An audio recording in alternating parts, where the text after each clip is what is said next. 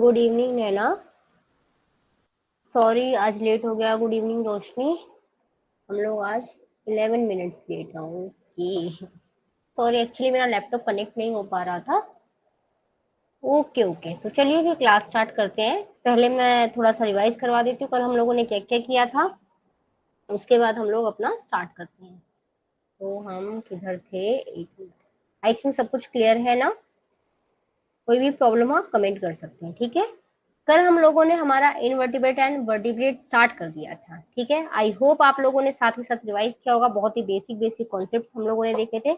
हम लोगों ने सबसे पहले देखा था कि जो हमारे फादर ऑफ जूलॉजी हैं, जिनका नाम है एरिस्टोटल साइंटिस्ट, इन्होंने एनिमल्स को दो क्लासेस में डिवाइड किया था। और वो दो क्लासेस हमारी कौन कौन सी थी?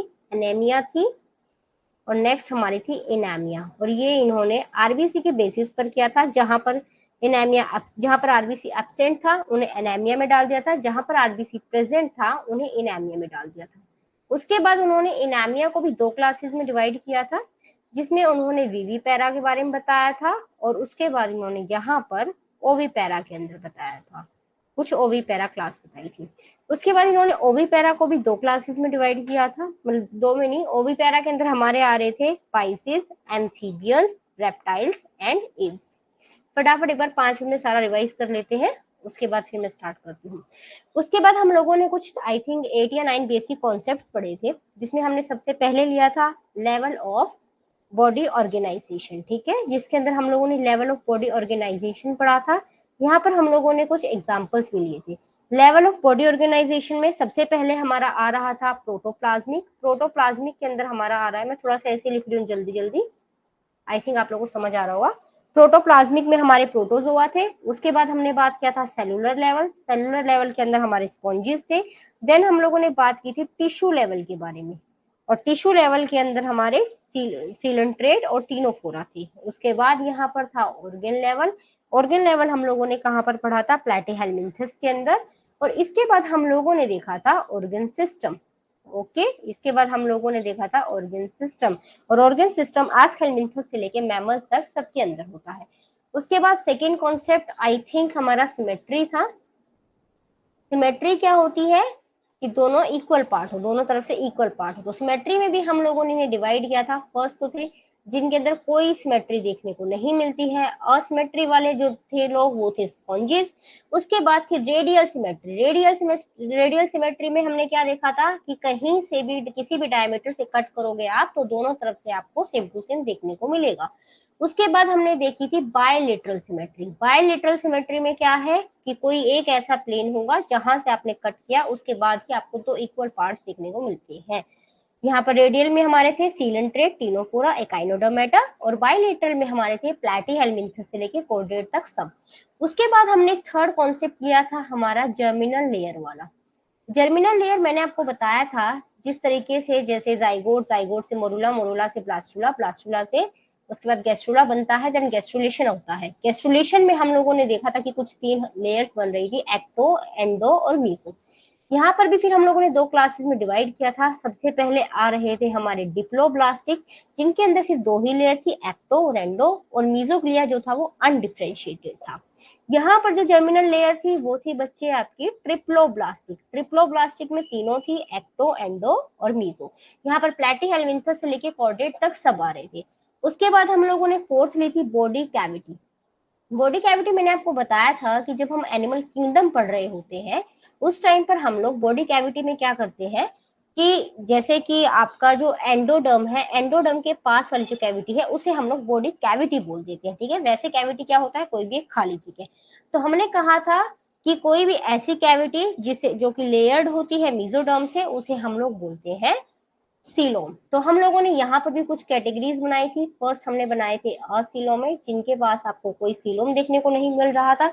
इसके एग्जाम्पल थे पोरीफेरा, सीलेंट्रेट, टीनोफोरा और प्लैटीहेल्मिन्थस।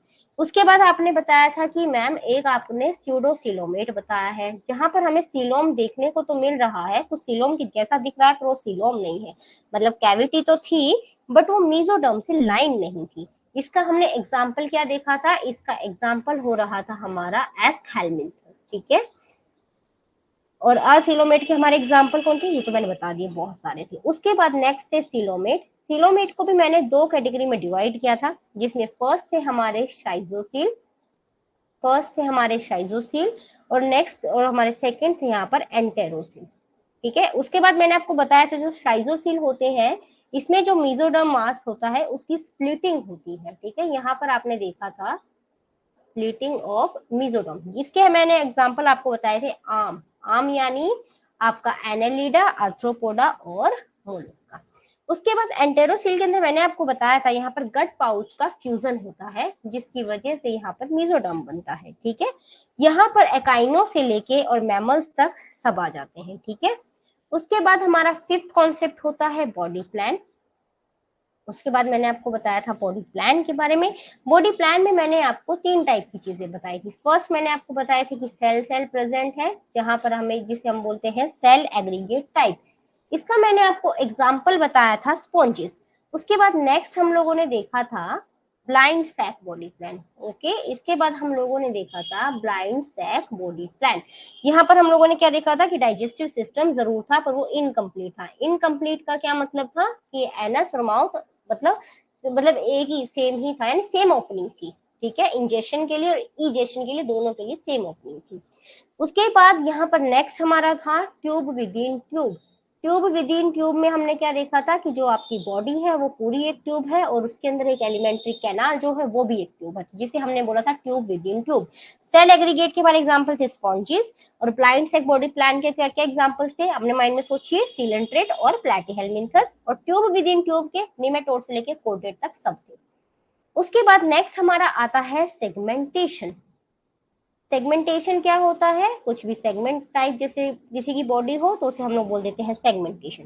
सेगमेंटेशन में भी मैंने आपको ये बताया था कि एक तो होते हैं जो कोशिश करते हैं उनकी नकल करने की कि ऐसा है हम भी सेगमेंट बनाएंगे, तो ये थे आपके जिन्हें हमने बोला था स्यूडो मेटामेरिक। ठीक है, सेगमेंट्स को मेटामर्स भी बोलते हैं। स्यूडो मेटामेरिक यानी बाहर से देखने में तो लग रहा था सेगमेंट है बट अंदर से सेगमेंट थी नहीं। इसमें थे हमारे प्लैटीहेलमिन्थस, जिसका बहुत गजब का एग्जाम्पल है टेपवुम।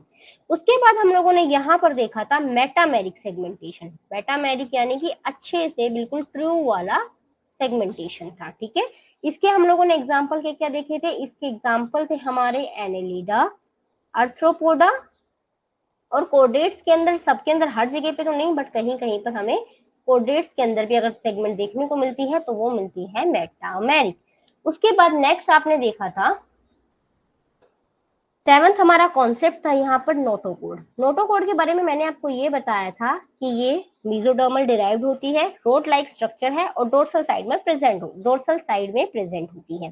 फिर हमने बात की थी कि इसी के बेसिस पर नॉन कोडेट्स और कोडेट्स बने। उसके बाद मैंने आपको बताया था कि ये नोटोकोड अगर इन फ्यूचर जाकर बैकबोन बन जाए, ठीक है, अगर इन फ्यूचर जाकर ये बैकबोन बन जाए तो उसे हम लोग बोल देते हैं वर्टिब्रेट। ठीक है, वर्टिब्रेट लिख रही थी मैं, इसे हम लोग बोल देते हैं वर्टिब्रेट। ठीक है, इसीलिए एक टर्म आती है, कुछ आपसे असर्शन रीजनिंग में भी पूछ सकता है कि ऑल वर्टिब्रेट्स आर कोडेड but all chordates are not vertebrate. ठीक है, उसके बाद हमने 8 देखा था सर्कुलेटरी सिस्टम।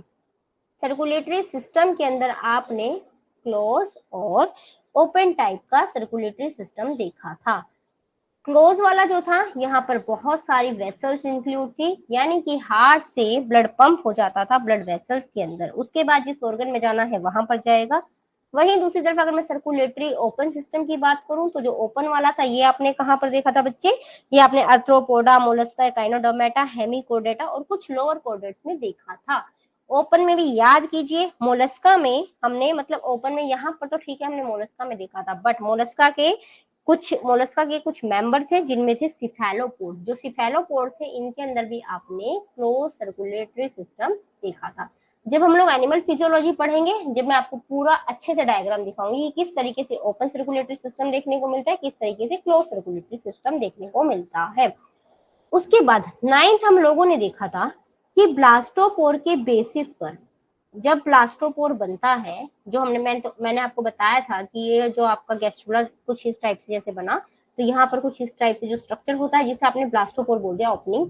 यहाँ से मान लीजिए, यहाँ से दो कंडीशन थी, या तो ये पहले एनस बनेगा या फिर ये पहले माउथ बनेगा। ठीक है, उसके बाद मैंने आपको बताया कि अगर ये एनस बन जाता है पहले तो उसे हम लोग क्या बोलते हैं, इसे हम लोग बोलते हैं ड्यूट्रोस्टोमिक।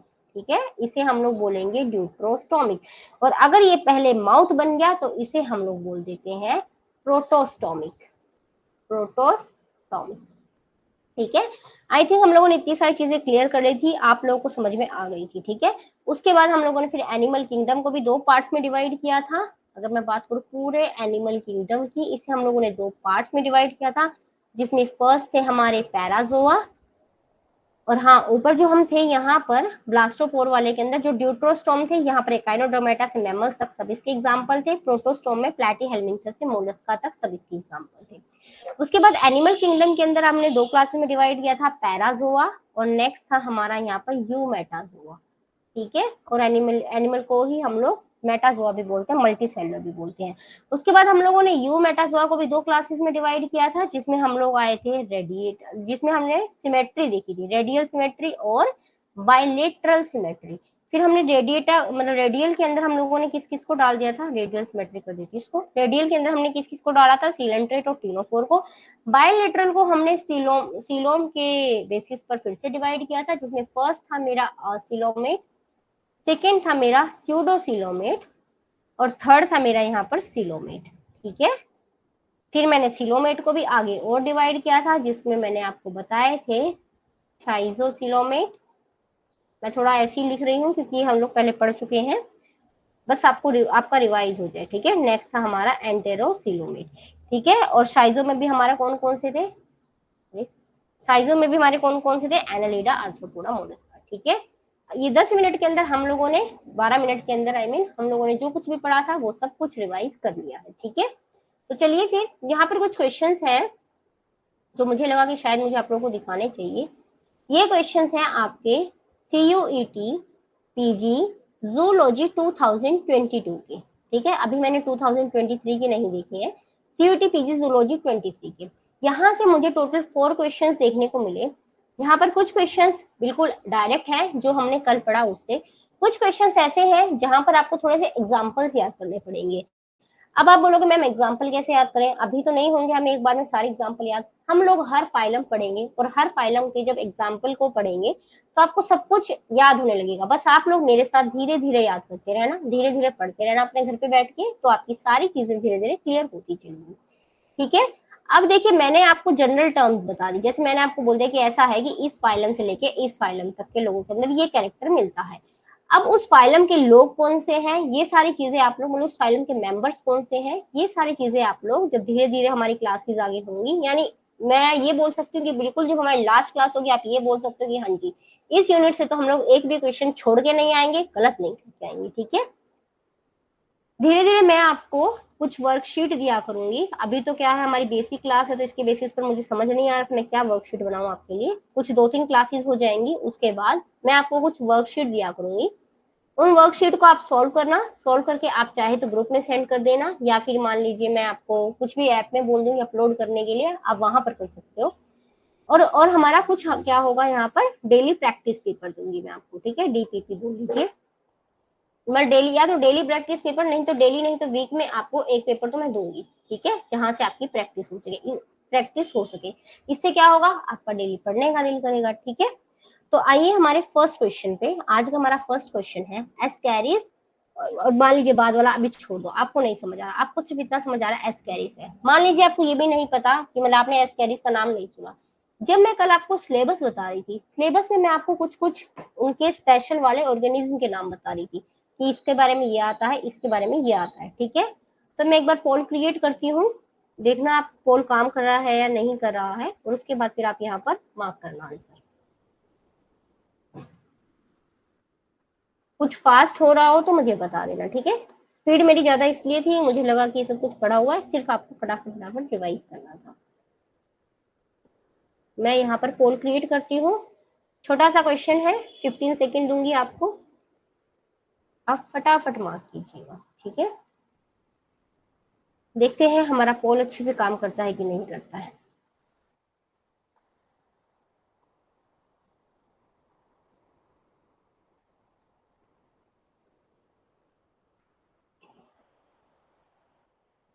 और जिसका पोल में आंसर ना जा रहा हो वो कमेंट कर देना। ठीक है, वेरी गुड वेरी गुड, क्या बात है, 100% रिजल्ट। राइट। क्या आंसर दिया आपने? आंसर टू, बिल्कुल सही बात है। Very good very good, 100% result रहा है। किसके अंदर आता है ये हमारा एस्कैरिस? किसका मेंबर है? ये मेंबर है आस्थेल्मिन्थस का।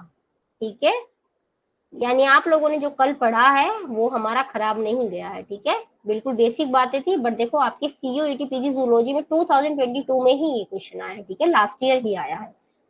ओके। यहाँ पर क्या है, जो कैविटी है वो गटर बॉडी वॉल के बीच में प्रेजेंट है, लेकिन यहाँ पर वो मेसोडर्मल एपिथेलियम से लाइन नहीं होती है। उसके बाद नेक्स्ट क्वेश्चन। वेरी गुड बच्चे, बहुत बढ़िया। आप लोग लास्ट क्लास तक इसी तरीके से बस मुझे रिस्पॉन्स करते रहना। ठीक है, ये रहा हमारा क्वेश्चन टू। ये बेशक से, मतलब इसको वैसे तो हम लोग डेव बायो के अंदर, मतलब डेव बायो में डालते हैं, बट फिर भी मेरे हिसाब से मैंने आपको करा दिया है, तो आपका आंसर आ जाएगा इससे। ठीक है,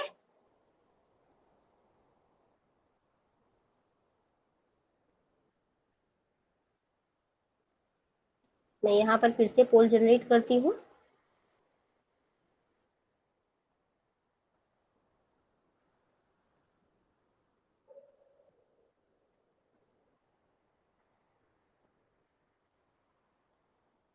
very good Naina, very good Roshni, very good Anshu, very good everyone.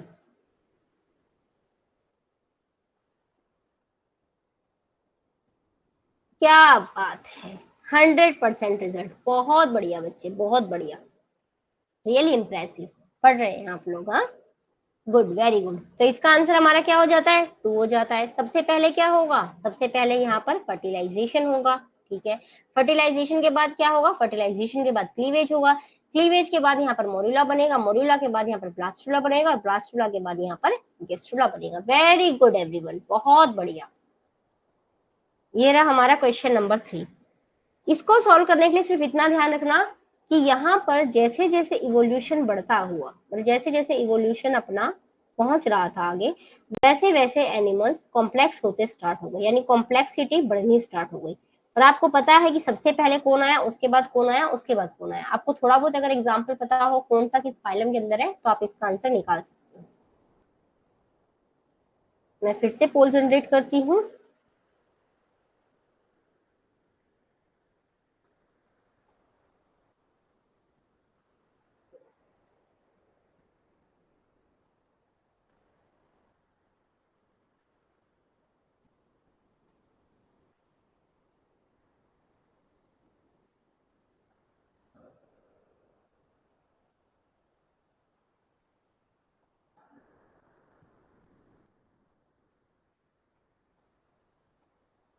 ओहो, किसी का गलत हो गया ये। चलो कोई बात नहीं, यानी दो स्टूडेंट्स ने सही आंसर दिया है। Very good, very good everyone, बहुत अच्छा करो आप। और अगर यहाँ पर थोड़ा सा किसी का गलत भी हो जाता है, कोई दिक्कत नहीं है, है ना। अभी कोई दिक्कत नहीं है, अभी तो हम लोग सीख रहे हैं। ठीक है, तो हाँ जी, इसका आंसर हमारा देखते अभी कौन सा होता है। मान लीजिए मुझे कुछ नहीं पता, मुझे सिर्फ साइकोन के बारे में पता है। ठीक है, साइकोन जो है ये मेरे किसके अंदर आते हैं? ये आते हैं पोरिफेरा के अंदर, स्पॉन्जिस के अंदर। टैनिया सोलियम, आपका फेवरेट टेप वर्म, ये किसके अंदर आता है बच्चे? ये आता है प्लेटी हेलमिंथस के अंदर। राइट। उसके बाद यहाँ पर नेरिस, नेरिस हमारा किसके अंदर था? ये था हमारा एनेलिडा के अंदर। ठीक है, लाइमुलस आई थिंक हमारा इसके अंदर है, आई थिंक क्या उसी के अंदर है। ये हमारा आर्थ्रोपोडा में है शायद। तो देखिए सबसे पहले कौन आया होगा? सबसे पहले ये आया होगा। ठीक है, तो यहाँ पर सबसे पहले डी आ जाता है। ठीक है, यानी मेरा ये और ये ऑप्शन में कट कर दूं। ओके। उसके बाद यहाँ पर एनलिडा से पहले हमारे प्लेटीहेल्मिन्थस है, तो डी सी बी ए, मेरा इसी से ये आंसर निकल जाता है। ओके, इसका आंसर हमारा ऑप्शन नंबर 1 हो जाता है। उसके बाद क्वेश्चन नंबर 4। लाइमुलस आर्थ्रोपोडा के अंदर आता है, मोलस्का के अंदर आता है? मैं खुद ही भूल गई हूँ। पता है आप लोगों को? जिसको पता हो एक बार रिप्लाई करो भाई। हाँ जी, फोर्थ क्वेश्चन का मैं रखती हूँ, हमारा लास्ट क्वेश्चन है ये। उसके बाद फिर मैं स्टार्ट कर रही हूँ आज का फर्स्ट फाइलम।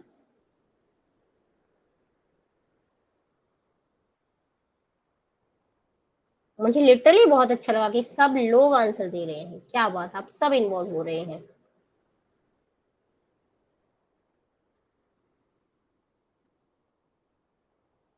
आर्थ्रोपोडा, क्या बात। बहुत बढ़िया, बेहतरीन, very good Anshu, very good Naina, very good Roshni. हाँ जी, तो मैं आप पोल जनरेट करती हूँ। The animals having segmented body belong to the phylum.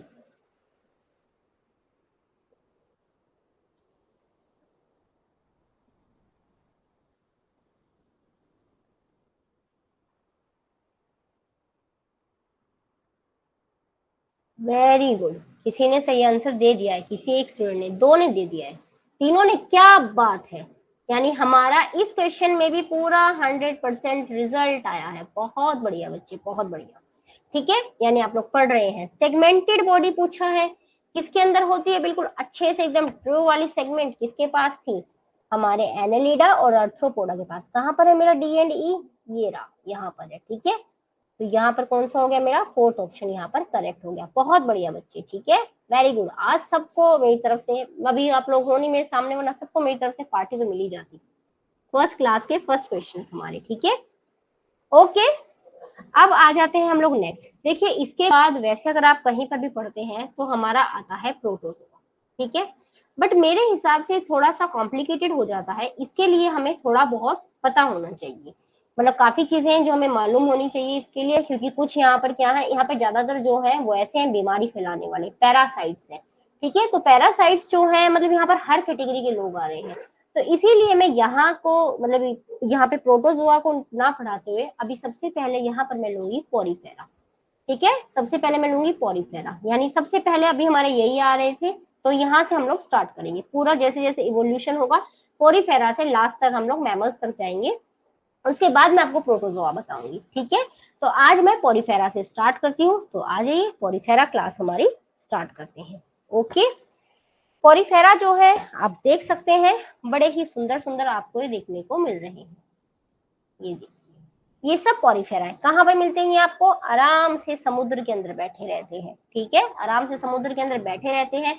ये देखिए, यहाँ पर जो ये आपको इनकी ओपनिंग दिख रही है, इधर देखिए, यहाँ से आराम से पानी इनके अंदर, मतलब यहाँ से तो नहीं, पानी तो इनका यहाँ से अंदर जाएगा और यहाँ से बाहर आता है। ठीक है, ऑस्क्यूलम से यहाँ पर इनका जो वाटर है वो आउट हो जाएगा। ठीक है, ये देखिए, ये सब पोरीफेरा के लोग हैं। एक बार आप इन पोरीफेरा के लोगों की फोटो देख लीजिए, ताकि आप धीरे धीरे इनको जानने लगे। ये आपका पोरीफेरा, बड़ा ही सुंदर सा ये डायग्राम मैंने गूगल से लिया है। ठीक है, सारे डायग्राम मैं गूगल से उठाती हूँ। ये देखिए, ये सब आराम से समुद्र के अंदर पड़े हुए हैं। आई थिंक आप लोगों ने देखे भी नहीं होंगे, और देखे होंगे तो पता नहीं। चलो ठीक है, तो पोरीफेरा का हम लोग एक बार स्टार्ट करते हैं। वैसे तो अगर कोई मतलब अगर हम लोग देखेंगे कितनी स्पीशीज की हमें देखने को मिलती है, तो मैं ये बोल सकती हूँ अप्रोक्स 50,000 स्पीशीज यहाँ पर इस टाइम पर अभी तक जो रिसर्च चल रही है उसमें पोरीफेरा की मैं बोल सकती हूँ। एग्जैक्ट मुझे अभी ध्यान नहीं है कितनी स्पीशीज है, बट हम बोल सकते हैं अप्रोक्स 15,000 स्पीशीज जो है वो हमें पोरीफेरा के अंदर देखने को मिलती है। उसके बाद इन्हें हम लोग स्पॉन्जिस भी बोलते हैं। ठीक है, अगर आपने कभी इसका स्पेसिमेन देखा हो, स्पेसिमेन पता नहीं आपने देखा होगा शायद, या फिर आप इसको जैसे डिस्कवरी पे देखा हो आपने, तो आपको दिखने में ऐसा ही लगेगा जैसे इनका कुछ मतलब स्पॉन्ज है ये। ठीक है, तो ये आपके स्पॉन्जिस कैटेगरी वाले लोग भी बोला जाता है इनको। उसके बाद इनकी पूरी बॉडी के अंदर आपको छेद छेद देखने को मिलेगा, दैट्स वाई हम लोग ये बोल सकते हैं कि इनकी पोरस बॉडी होती है। ओके, उसके बाद रहते कहाँ पर है ये बच्चे? एक्सक्लूसिवली मरीन होते हैं। ठीक है, एक्सक्लूसिवली मरीन का क्या मतलब है कि सिर्फ आपको समुद्र के अंदर ही देखने को मिलेंगे, खारे पानी में ही देखने को मिलेंगे। लेकिन अब हमारी जूलॉजी के अंदर, क्या जूलॉजी क्या बायोलॉजी के अंदर कहना ज्यादा सही होगा, कोई ना कोई एक्सेप्शन जरूर है, एक्सेप्शन के बिना इनकी दुनिया अधूरी है। तो सारे मरीन वाटर के अंदर रहते हैं, सारे के सारे समुद्र के अंदर रहना पसंद करते हैं, सबको खारा पानी पसंद है। लेकिन यहाँ पर हमारा जो एक्सेप्शन आता है वो आता है स्पॉन्जिला, और आपके जो एग्जामिनर हैं उनको इसी पे फोकस करना है, क्योंकि उन्हें ये पता है कि बाकी तो सारी चीजें बच्चे पढ़ के आए हैं, बच्चे ये चीजें नहीं पढ़ के आए कि कौन सा फ्रेश वाटर पोरीफेरा होता है, तो वो आपका होता है स्पॉन्जिला। ठीक है, अब आ जाओ, एक बार ये तो मैंने आपको थोड़ा सा जनरल व्यू दिया, अब आ जाओ इनके जनरल कैरेक्टर्स पर। अगर मैं इनके जनरल कैरेक्टर्स की बात करूं बच्चे, तो सबसे पहले यहाँ पर इन्हें एनिमल प्रूव किसने किया, क्योंकि आपको भी देख के लग रहा होगा कि एनिमल के जैसे दिख तो नहीं रहे हैं, तो एनिमल इनको बताया किसने, किसने कहा कि ये एनिमल्स है। तो एक साइंटिस्ट थे जिनका नाम था इलियस। ठीक है, इलियस ने ये प्रूव किया कि स्पॉन्जीज जो है वो हमारे एनिमल्स है। ठीक है, इलियस ने क्या प्रूव किया कि जो हमारे स्पॉन्जीज है ये एनिमल्स है। ओके जी, ठीक है, इनकी बात समझ में आ गई। उसके बाद फिर इनका नाम पॉरीफेरा किसने रखा, फिर एक साइंटिस्ट आए जिन्होंने इनको इनका नाम देकर धन्य किया, इनका नाम इन्होंने ग्रांट किया। ठीक है, तो नाम ग्रांट किया तो इनका नाम था रॉबर्ट ग्रांट। ठीक है, तो जो रॉबर्ट ग्रांट थे उन्होंने इनका नाम दिया पॉरीफेरा, उन्होंने इनका नामकरण कर दिया। ठीक है, क्या होता है कभी कभी किसी ना किसी स्टेट लेवल पर इस टाइप के क्वेश्चंस पूछे जाते हैं, दैट्स व्हाई मैं आपको ये बता रही हूँ। ठीक है, उसके बाद आई थिंक आपके सीयूईटी में तो नहीं पूछे जाएंगे, बट हाँ उसमें पूछे जा सकते हैं स्टेट लेवल पे। ओके, उसके बाद स्टडी ऑफ स्पॉन्जीज को आप क्या बोलोगे। अगर आप मान लीजिए आपका इन फ्यूचर कभी दिल किया कि हमें पीएचडी करनी है, वो भी किस पर, स्पॉन्जिस पर करनी है, हम तो पॉरीफेरा पे स्टडी करेंगे, तो आप क्या बोलोगे कि ऐसा है, हम तो पैराजूलॉजी के स्टूडेंट्स हैं। ठीक है, आप बोलोगे हम पैराजूलॉजी के स्टूडेंट्स हैं, पैराजूलॉजी हमारा सब्जेक्ट है। ओके, उसके बाद अब इनका इवोल्यूशन हुआ। ठीक है, आप बोल रहे हो हाँ जी मैम समझ में आ गई, इनका इवोल्यूशन हुआ। इनका इवोल्यूशन कहाँ से हुआ, ये किससे इवोल्व हुए, इनसे पहले ऐसा मतलब माना जाता है, जो भी इवोल्यूशन की स्टडी कर रहे हैं हमारे साइंटिस्ट, कि कहाँ से ये इवोल्व हुए होंगे। तो ये इवोल्व जिनसे हुए, इनका नाम है, इन महाशय का नाम है कोनोफ्लैजिलेट्स। अब ये कोनोफ्लैजिलेट्स कहाँ से है, मैम ने तो एकदम से कोनोफ्लैजिलेट्स का नाम बता दिया और पढ़ाया तक नहीं हमें। मैंने आपको बताया मैं प्रोटोजोआ आपको बाद में पढ़ाऊंगी। तो जो ये कोनोफ्लैजिलेट्स लोग है ना, ये एक तरीके से प्रोटोजोआ के ही मेंबर है। इन्हें हम लोग connecting link between protozoa and Porifera भी बोलते हैं। ठीक है, इन्हें हम लोग, हाँ जी एक चीज और, हम लोग पूरी इसके अंदर मतलब पूरा हमारा जितना भी यूनिट है जूलॉजी वाला, इनवर्टिब्रेट एंड वर्टिब्रेट के अंदर सारे कनेक्टिंग लिंक पढ़ेंगे हर किसी का, कि इसके बाद ये, इसके बाद ये, इसके बाद ये।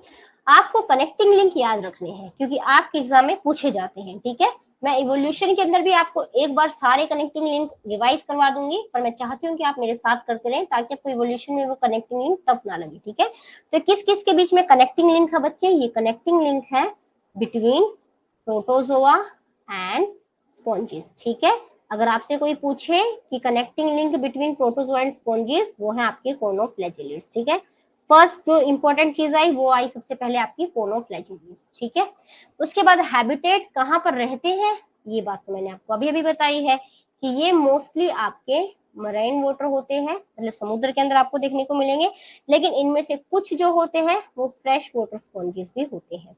तो ये फ्रेश वाटर स्पॉन्जेस वाले कौन कौन से लोग हैं, सबसे पहले तो मैंने आपको एक ही नाम बता दिया, वो हमारे कौन से वाले हैं, वो हमारा है स्पॉन्जिला। ठीक है, सबसे पहले मैंने आपको फ्रेश वाटर का जो नाम बताया उसका नाम बता दिया स्पॉन्जिला। उसके बाद अब मान लिया कि ठीक है, आप बोल रहे हो कि ठीक है मैम ये पानी में रहते हैं, हमें बात समझ में आ गई है, पर पानी के अंदर भी क्या घूमते रहते, तैरते रहते हैं, ना जी, ये स्विमिंग नहीं करते हैं, ये सिसाइल होते हैं। सिसाइल का क्या मतलब है, स्टेशनरी है, वहीं पर आराम से बस टिके रहेंगे, खड़े रहेंगे वहीं पर। ठीक है, इसे हम लोग बोलते हैं सिसाइल। सिसाइल के लिए हम लोग एक टर्म और यूज करते हैं, सेडेंट्री। ठीक है, आपने देखा भी है, देखो ऊपर इनका डायग्राम, आराम से यहाँ पर जैसे इधर है तो इधर ही रहेंगे, ऐसा नहीं है कि यहाँ से इस जगह को छोड़ के दूसरी जगह पे पहुंच जाएंगे, तो इसे आप लोग बोलोगे सिसाइल होते हैं पानी के अंदर, ये नहीं है कि तैरते रहेंगे। उसके बाद ये हमें सोलिटरी भी देखने को मिल सकते हैं। अब ये सोलिटरी क्या है, सोलिटरी का मतलब है ऐसा हो सकता है कि अकेले अकेले रहते हो, या फिर ऐसा हो सकता है कॉलोनी में भी रहते हो। ठीक है, अकेले भी रह सकते हैं, कॉलोनी में भी देखने को मिल सकते हैं। अब देखो इनके अंदर जो एक खास बात आएगी वो आएगी, जो इनका एडल्ट है ना बच्चे, जब ये एडल्ट बन जाते हैं, जब तो ये एक जगह पर टिके रहते हैं, तो इसे हम लोग बोलते हैं सिसाइल। लेकिन जब जो इनकी लार्वल फॉर्म होती है वो मोटाइल होती है। ठीक है, इनका जो लार्वा होता है वो मोटाइल होता है। आपको इनके लार्वा से बहुत क्वेश्चन पूछे जाते हैं, जैसे कि आप पढ़ेंगे एम्फीब्लास्टुला, पेरेन्काइमुला, स्टीरोगैस्ट्रुला, ये सब इसके लार्वा है। तो ये सब मैं आपको बताऊंगी कि कैसे मोटाइल है, फ्री स्विमिंग करके कैसे कहीं पर पहुंच जाएगा, और उसके बाद फिर धीरे धीरे ये वहां पर पूरा एक एडल्ट बन जाएगा। ठीक है। तो लार्वा मोटाइल होता है और एडल्ट जो है वो सिसाइल होता है, और हम लोग ज्यादातर स्टडी अपनी एडल्ट पर ही करते हैं। अब आ जाओ इनकी शेप पर, इनकी शेप कैसी होती है बच्चे। तो आपको इनकी बहुत सारी शेप देखने को मिलेंगी, यानी मैं ये बोल सकती हूँ यहाँ पर इनकी आपको वेरियस बॉडी फॉर्म देखने को मिलती है। ठीक है, यानी ऐसा हो सकता है कि आपको वास्ट शेप देखने को मिले, कहीं कहीं पर आप देखेंगे ये गिफ्ट भी किए जाते हैं। ठीक है, कुछ लोग इनको डेकोरेशन के लिए भी यूज करते हैं। या फिर ऐसा हो सकता है ये आपको सिलेंड्रिकल देखने को मिले, और भी इनकी आपको बहुत सारी शेप देखने को मिलती है। आपने ऊपर देखा भी है, कोई एक पर्टिकुलर शेप नहीं है, हर जगह पे देखिए अलग अलग शेप हमें देखने को मिल रही है। उसके बाद सिमेट्री।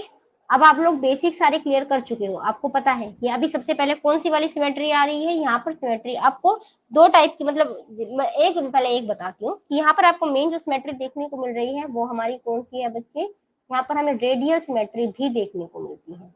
ठीक है, अब आप बोलोगे मैम अभी तो आपने असिमेट्रिकल बताए थे, ये ठीक है असिमेट्रिकल ही होते हैं जनरली, बट आपको रेडियल सिमेट्री भी देखने को मिलती है। तो ये किस में मिलती है, एक एग्जाम्पल याद कर लो इसका, इसका नाम है ल्यूकोसोलेनिया। ठीक है, ल्यूकोसोलेनिया नाम का जो इसका मेंबर है ये रेडियल सिमेट्री शो करता है। उसके बाद अब आप बोलोगे ठीक है मैम तो असिमेट्री वाले कौन से थे जो आपने बोले कि असिमेट्रिकल शो करते हैं, उसका भी कोई एक एग्जांपल बता दो हमें। तो ठीक है, असिमेट्रिकल वाले सारे लगभग, इसके अलावा जितने भी आप एग्जांपल्स पढ़ेंगे सब असिमेट्रिकल वाले होते हैं। ठीक है, तो इसीलिए असिमेट्रिकल वालों को हम लोग क्या बोलते हैं, क्यों होते हैं वो, क्योंकि उनकी इरेगुलर शेप होती है। अब देखो बहुत बेसिक सा कॉन्सेप्ट है, बहुत बेसिक सी बात है, आपने पढ़ ली बात समझ में आ गई। अब आपको अभी जो पैटर्न है 2023 वाला वो क्या है, असर्शन और रीजनिंग वाला। ठीक है, अब इस छोटे से कॉन्सेप्ट से अगर मुझे मान लो मैं टीचर हूँ और मान लीजिए मुझे किसी ने कहा कि आपको सीयूटी पीजी जूलॉजी का पेपर बनाना है और कहा पोरीफेरा से ही बनाना है बहुत बेसिक कॉन्सेप्ट से, तो मैं क्या करूंगी, मैं ये लिख दूंगी मोस्टली स्पॉन्जेस आर असिमेट्रिकल। ठीक है, फर्स्ट मैं लिख दूंगी मोस्टली स्पॉन्जेस आर असिमेट्रिकल। ठीक है, उसके बाद मैं रीजन दे दूंगी दे हैव, मतलब जो भी हमारे ये स्पॉन्जेस हैं इनकी हमें इरेगुलर शेप देखने को मिलती है। उसके बाद वही ए करेक्ट, ए और आर दोनों correct, A correct R incorrect, ये करेक्ट वो इनकरेक्ट। अब इसका आंसर क्या होगा, हाँ जी ए और आर हमारे दोनों ही करेक्ट है, और आर जो है वो ए का रीजन भी है। ठीक है, क्योंकि इरेगुलर शेप है इसीलिए ये हमारा असिमेट्रिकल है। ठीक है, तो आपको इस बार अपना असर्शन और रीजनिंग वाला पोर्शन स्ट्रॉन्ग करना है, क्योंकि इस बार जो बच्चे एग्जाम देकर आए हैं उनकी यही शिकायत है कि मैम पेपर तो बहुत अच्छा आया था, हम पढ़ के भी गए थे, बट थोड़ी सी हमें दिक्कत असर्शन रीजनिंग में आई थी। ठीक है, तो आप बिल्कुल बेसिक बेसिक कॉन्सेप्ट को भी देखो, यहाँ से भी आपको घुमाया जा सकता है। अब आ जाइए लेवल ऑफ ऑर्गेनाइजेशन, आप लोगों ने कल ही पढ़ा है कि यहाँ पर आपको सेलुलर लेवल ऑफ ऑर्गेनाइजेशन देखने को मिलता है। अगर मैं जर्म लेयर की बात करूं तो जर्म लेयर यहाँ पर हमें डिप्लोब्लास्टिक देखने को मिलती है, सीलोम बेचारों के पास होता ही नहीं है, तो दैट्स वाई आप बोल सकते हो ये असिलोमेट होते हैं। ओके, असिलोमेट का क्या मतलब है, एक बार फिर से याद करा दूं आप लोगों को। मान लीजिए ये है आपका एंडोडर्म, और उसके बाद मान लीजिए ये वाला जो पोर्शन है ये है आपका एक्टोडर्म, ग्रीन वाला है आपका एक्टोडर्म, और यहाँ पर कुछ आपको इस टाइप का स्ट्रक्चर देखने को मिलेगा। जैसे मान लीजिए थोड़ा बहुत, पूरा मेसोडर्म की लेयर नहीं है, बस थोड़ा बहुत इस तरीके से आपको मतलब लेयर टाइप देखने को मिलेगा। ठीक है, तो जो ग्रीन वाला है ये है मेरा एक्टो, और जो येलो वाला है ये है मेरा एंडो, और जो बीच वाला पार्ट है ये है हमारा मेसेनकाइम। ठीक है, इसे हमने बोल दिया मेसेनकाइम, जो कि हमारा एक ये भी पूछा जा सकता है कि जो मेसेनकाइम है वो किस चीज से उनके बना है, क्या है। तो मेसेनकाइम जो यहाँ पर होता है, यहाँ ये होती है एक non living gelatinous layer, non living gelatinous layer. Spelling पता नहीं क्या कर दूं मैं। ओके, ठीक है, ये हो गई इसकी जर्म लेयर की बात। किसी को कोई भी डाउट हो प्लीज कमेंट सेक्शन में जरूर पूछ लेना मुझसे। अब शांत बैठ जाते हो, मुझे लगता है कि पता नहीं कहीं सो ना गए हो। चलो ठीक है, अब आ जाओ बॉडी बोर्ड पर, ये डायग्राम बाद में देखेंगे, पहले देखो यहाँ पर भी आपको तीन तरीके की बॉडी लेयर देखने को मिली। ठीक है, तो जो ऊपर वाली है जो आउटर लेयर है, आउटर लेयर को हम लोग डर्मल लेयर भी बोल देते हैं। ठीक है, सबसे पहले आपको ऊपर ऊपर जो लेयर देखने को मिलती है इसे हम लोग डर्मल लेयर भी बोलते हैं। इसका एक बड़ा ही फेमस नाम है, वो है इसका पिंकोडर्म। ठीक है, ये है इसका पिंकोडम है, पिंकाडम है। तो एक मिनट, अच्छा यहाँ पर नाम नहीं लिखा हुआ, ठीक है मैं बता देती हूँ। पिनाकोडम, सॉरी सॉरी सॉरी, पिनाकोडम। बोल तो मैम आप ही भूल रहे हो, हम कैसे नहीं भूलेंगे। हाँ जी, फर्स्ट यहाँ पर जो है ये है हमारी पिनाकोडम लेयर। ठीक है, अब देखो जो ये पिनाकोडम है, यहाँ पर हमें दो टाइप के सेल्स देखने को मिलेंगे। कौन कौन से हैं? एक तो आपका है ये पिनाकोसाइट, और नेक्स्ट यहाँ पर आपका है पोरोसाइट। ठीक है, ये दोनों ही जो है ये आपके इस लेयर के अंदर आते हैं। यानी आप बोल सकते हो कि जो पिनाकोडम लेयर है, इस लेयर के अंदर दो टाइप के सेल्स देखने को मिलते हैं, जिसमें फर्स्ट थे आपके पिनाकोसाइट्स, पिनाकोसाइट्स, और नेक्स्ट थे आपके यहाँ पर पोरोसाइट्स। ठीक है, पिनाकोसाइट्स आप लोग मेरे साथ साथ नोट्स भी तैयार कर सकते हो। ठीक है, क्योंकि मैं खुद भी लिख रही हूँ तो आप भी लिख सकते हो मेरे साथ साथ। ठीक है, अब ये जो पिनाकोसाइट्स हैं, पिनाकोसाइट्स की अगर मैं शेप की बात करूं बच्चे, तो ये हमारे कुछ फ्लैट सेल्स होते हैं। वहीं अगर हम पोरोसाइट्स की बात करें तो इनकी जो शेप होती है वो ओवल शेप होती है। ठीक है, तो अब आप बोलोगे मैम ठीक है, दो टाइप की सेल्स है, क्या काम है? जो पिनाकोसाइट है बच्चे, इनका फंक्शन होता है प्रोटेक्शन प्रोवाइड करना। ठीक है, ये इनको प्रोटेक्शन देते हैं। वहीं अगर मैं ओवल की बात करूं तो इनका काम क्या होता है? पोरोसाइट्स का नाम से तरह पोरो, यानी कि ये यहाँ पर पोर्स बनाते हैं, और इनकी लाइफ में पोर्स का बड़ा ही रोल है, क्योंकि यहीं से पानी अंदर आता है, यहीं से पानी बाहर जाता है, यहीं से मतलब ऑक्सीजन, खाना पीना सब कुछ इनका यहीं से आता है, पोर से ही आता है। ठीक है, अब आप ये डायग्राम देख सकते हैं, इसको एक बार मैं छोटा करती हूँ, ये देखिए। ठीक है, आई थिंक अब आपको ये क्लियर हो रहा होगा। मैंने आपको 3 लेयर बताई हैं, जिसमें फर्स्ट होती है, अभी तो मैंने आपको एक ही लेयर बताई। ठीक है, कि मतलब 3 लेयर होती हैं, बट अभी फर्स्ट वाली जो मैंने आपको बताई है वो कौन सी बताई है, वो मैंने आपको बताई है पिनाकोडम। पिनाकोडम वाली लेयर ये हो गई, जहां पर ये पिनाकोसाइट्स और पोरोसाइट्स, यहाँ पर दो टाइप के सेल्स देखने को मिलते हैं। अब आ जाओ नेक्स्ट इनर लेयर पर। इनर लेयर कौन सी है? ये है आपकी कोनोडम। ठीक है, यहाँ पर अब आ जाओ इनर लेयर पर। सेकेंड, एक मिनट, हाँ जी। उसके बाद नेक्स्ट हमारी आती है एक इनर लेयर। तो इस इनर लेयर का क्या नाम है? यहाँ पे लेयर से क्वेश्चन आते हैं एग्जाम में, मैं कल आपको पोरीफेरा के यहाँ से भी क्वेश्चंस बताऊंगी। ठीक है, ये भी आप लोग सोल्व करोगे। जो इनर लेयर होती है इसे क्या बोला जाता है? Inner choanocyte layer. ठीक है, यहाँ पर आपको कुछ पोलर सेल्स वगैरह देखने को मिलेंगे, अभी करेंगे इस बारे में बात। ठीक है, इसे बोला जाता है इनर कोनोसाइट लेयर, या फिर इसी को कोनोडर्म भी बोलते हैं, इसी को कोनोडर्म भी बोलते हैं, और इसी को हम लोग गैस्ट्रल लेयर भी बोलते हैं। राइट, इसी को हम लोग गैस्ट्रल लेयर भी बोलते हैं। अब यहाँ पर क्या है, इसके पास क्या प्रेजेंट है? क्या इसके पास भी दो टाइप के सेल्स प्रेजेंट है? नहीं जी, दो टाइप के सेल्स तो प्रेजेंट नहीं है इसके पास, लेकिन इसके पास पिंक पिंक आ रहा है बार बार, हाँ जी, इसके पास पोलर सेल प्रेजेंट होते हैं। ठीक है, यहाँ पर जो सेल्स प्रेजेंट होते हैं, कोलर सेल्स प्रेजेंट होते हैं। अब कोलर सेल्स है, इन्हीं को कोनोसाइट बोला जाता है। दैट्स वाई जहां पर ये कोलर सेल्स प्रेजेंट है, इसी को कोनोसाइट लेयर भी बोला जाता है। ये जो कोलर साइट्स होते हैं, जो कोलर सेल्स होते हैं, ये आपके फ्लैजिलेटेड होते हैं बच्चे। ठीक है, ये आपके फ्लैजिलेटेड होते हैं। अब ये वाले जो सेल है कोनोसाइट, ये इकलौते पोरीफेरा के अंदर पाए जाते हैं। ये लाइन भी आपके लिए इंपॉर्टेंट हो जाती है।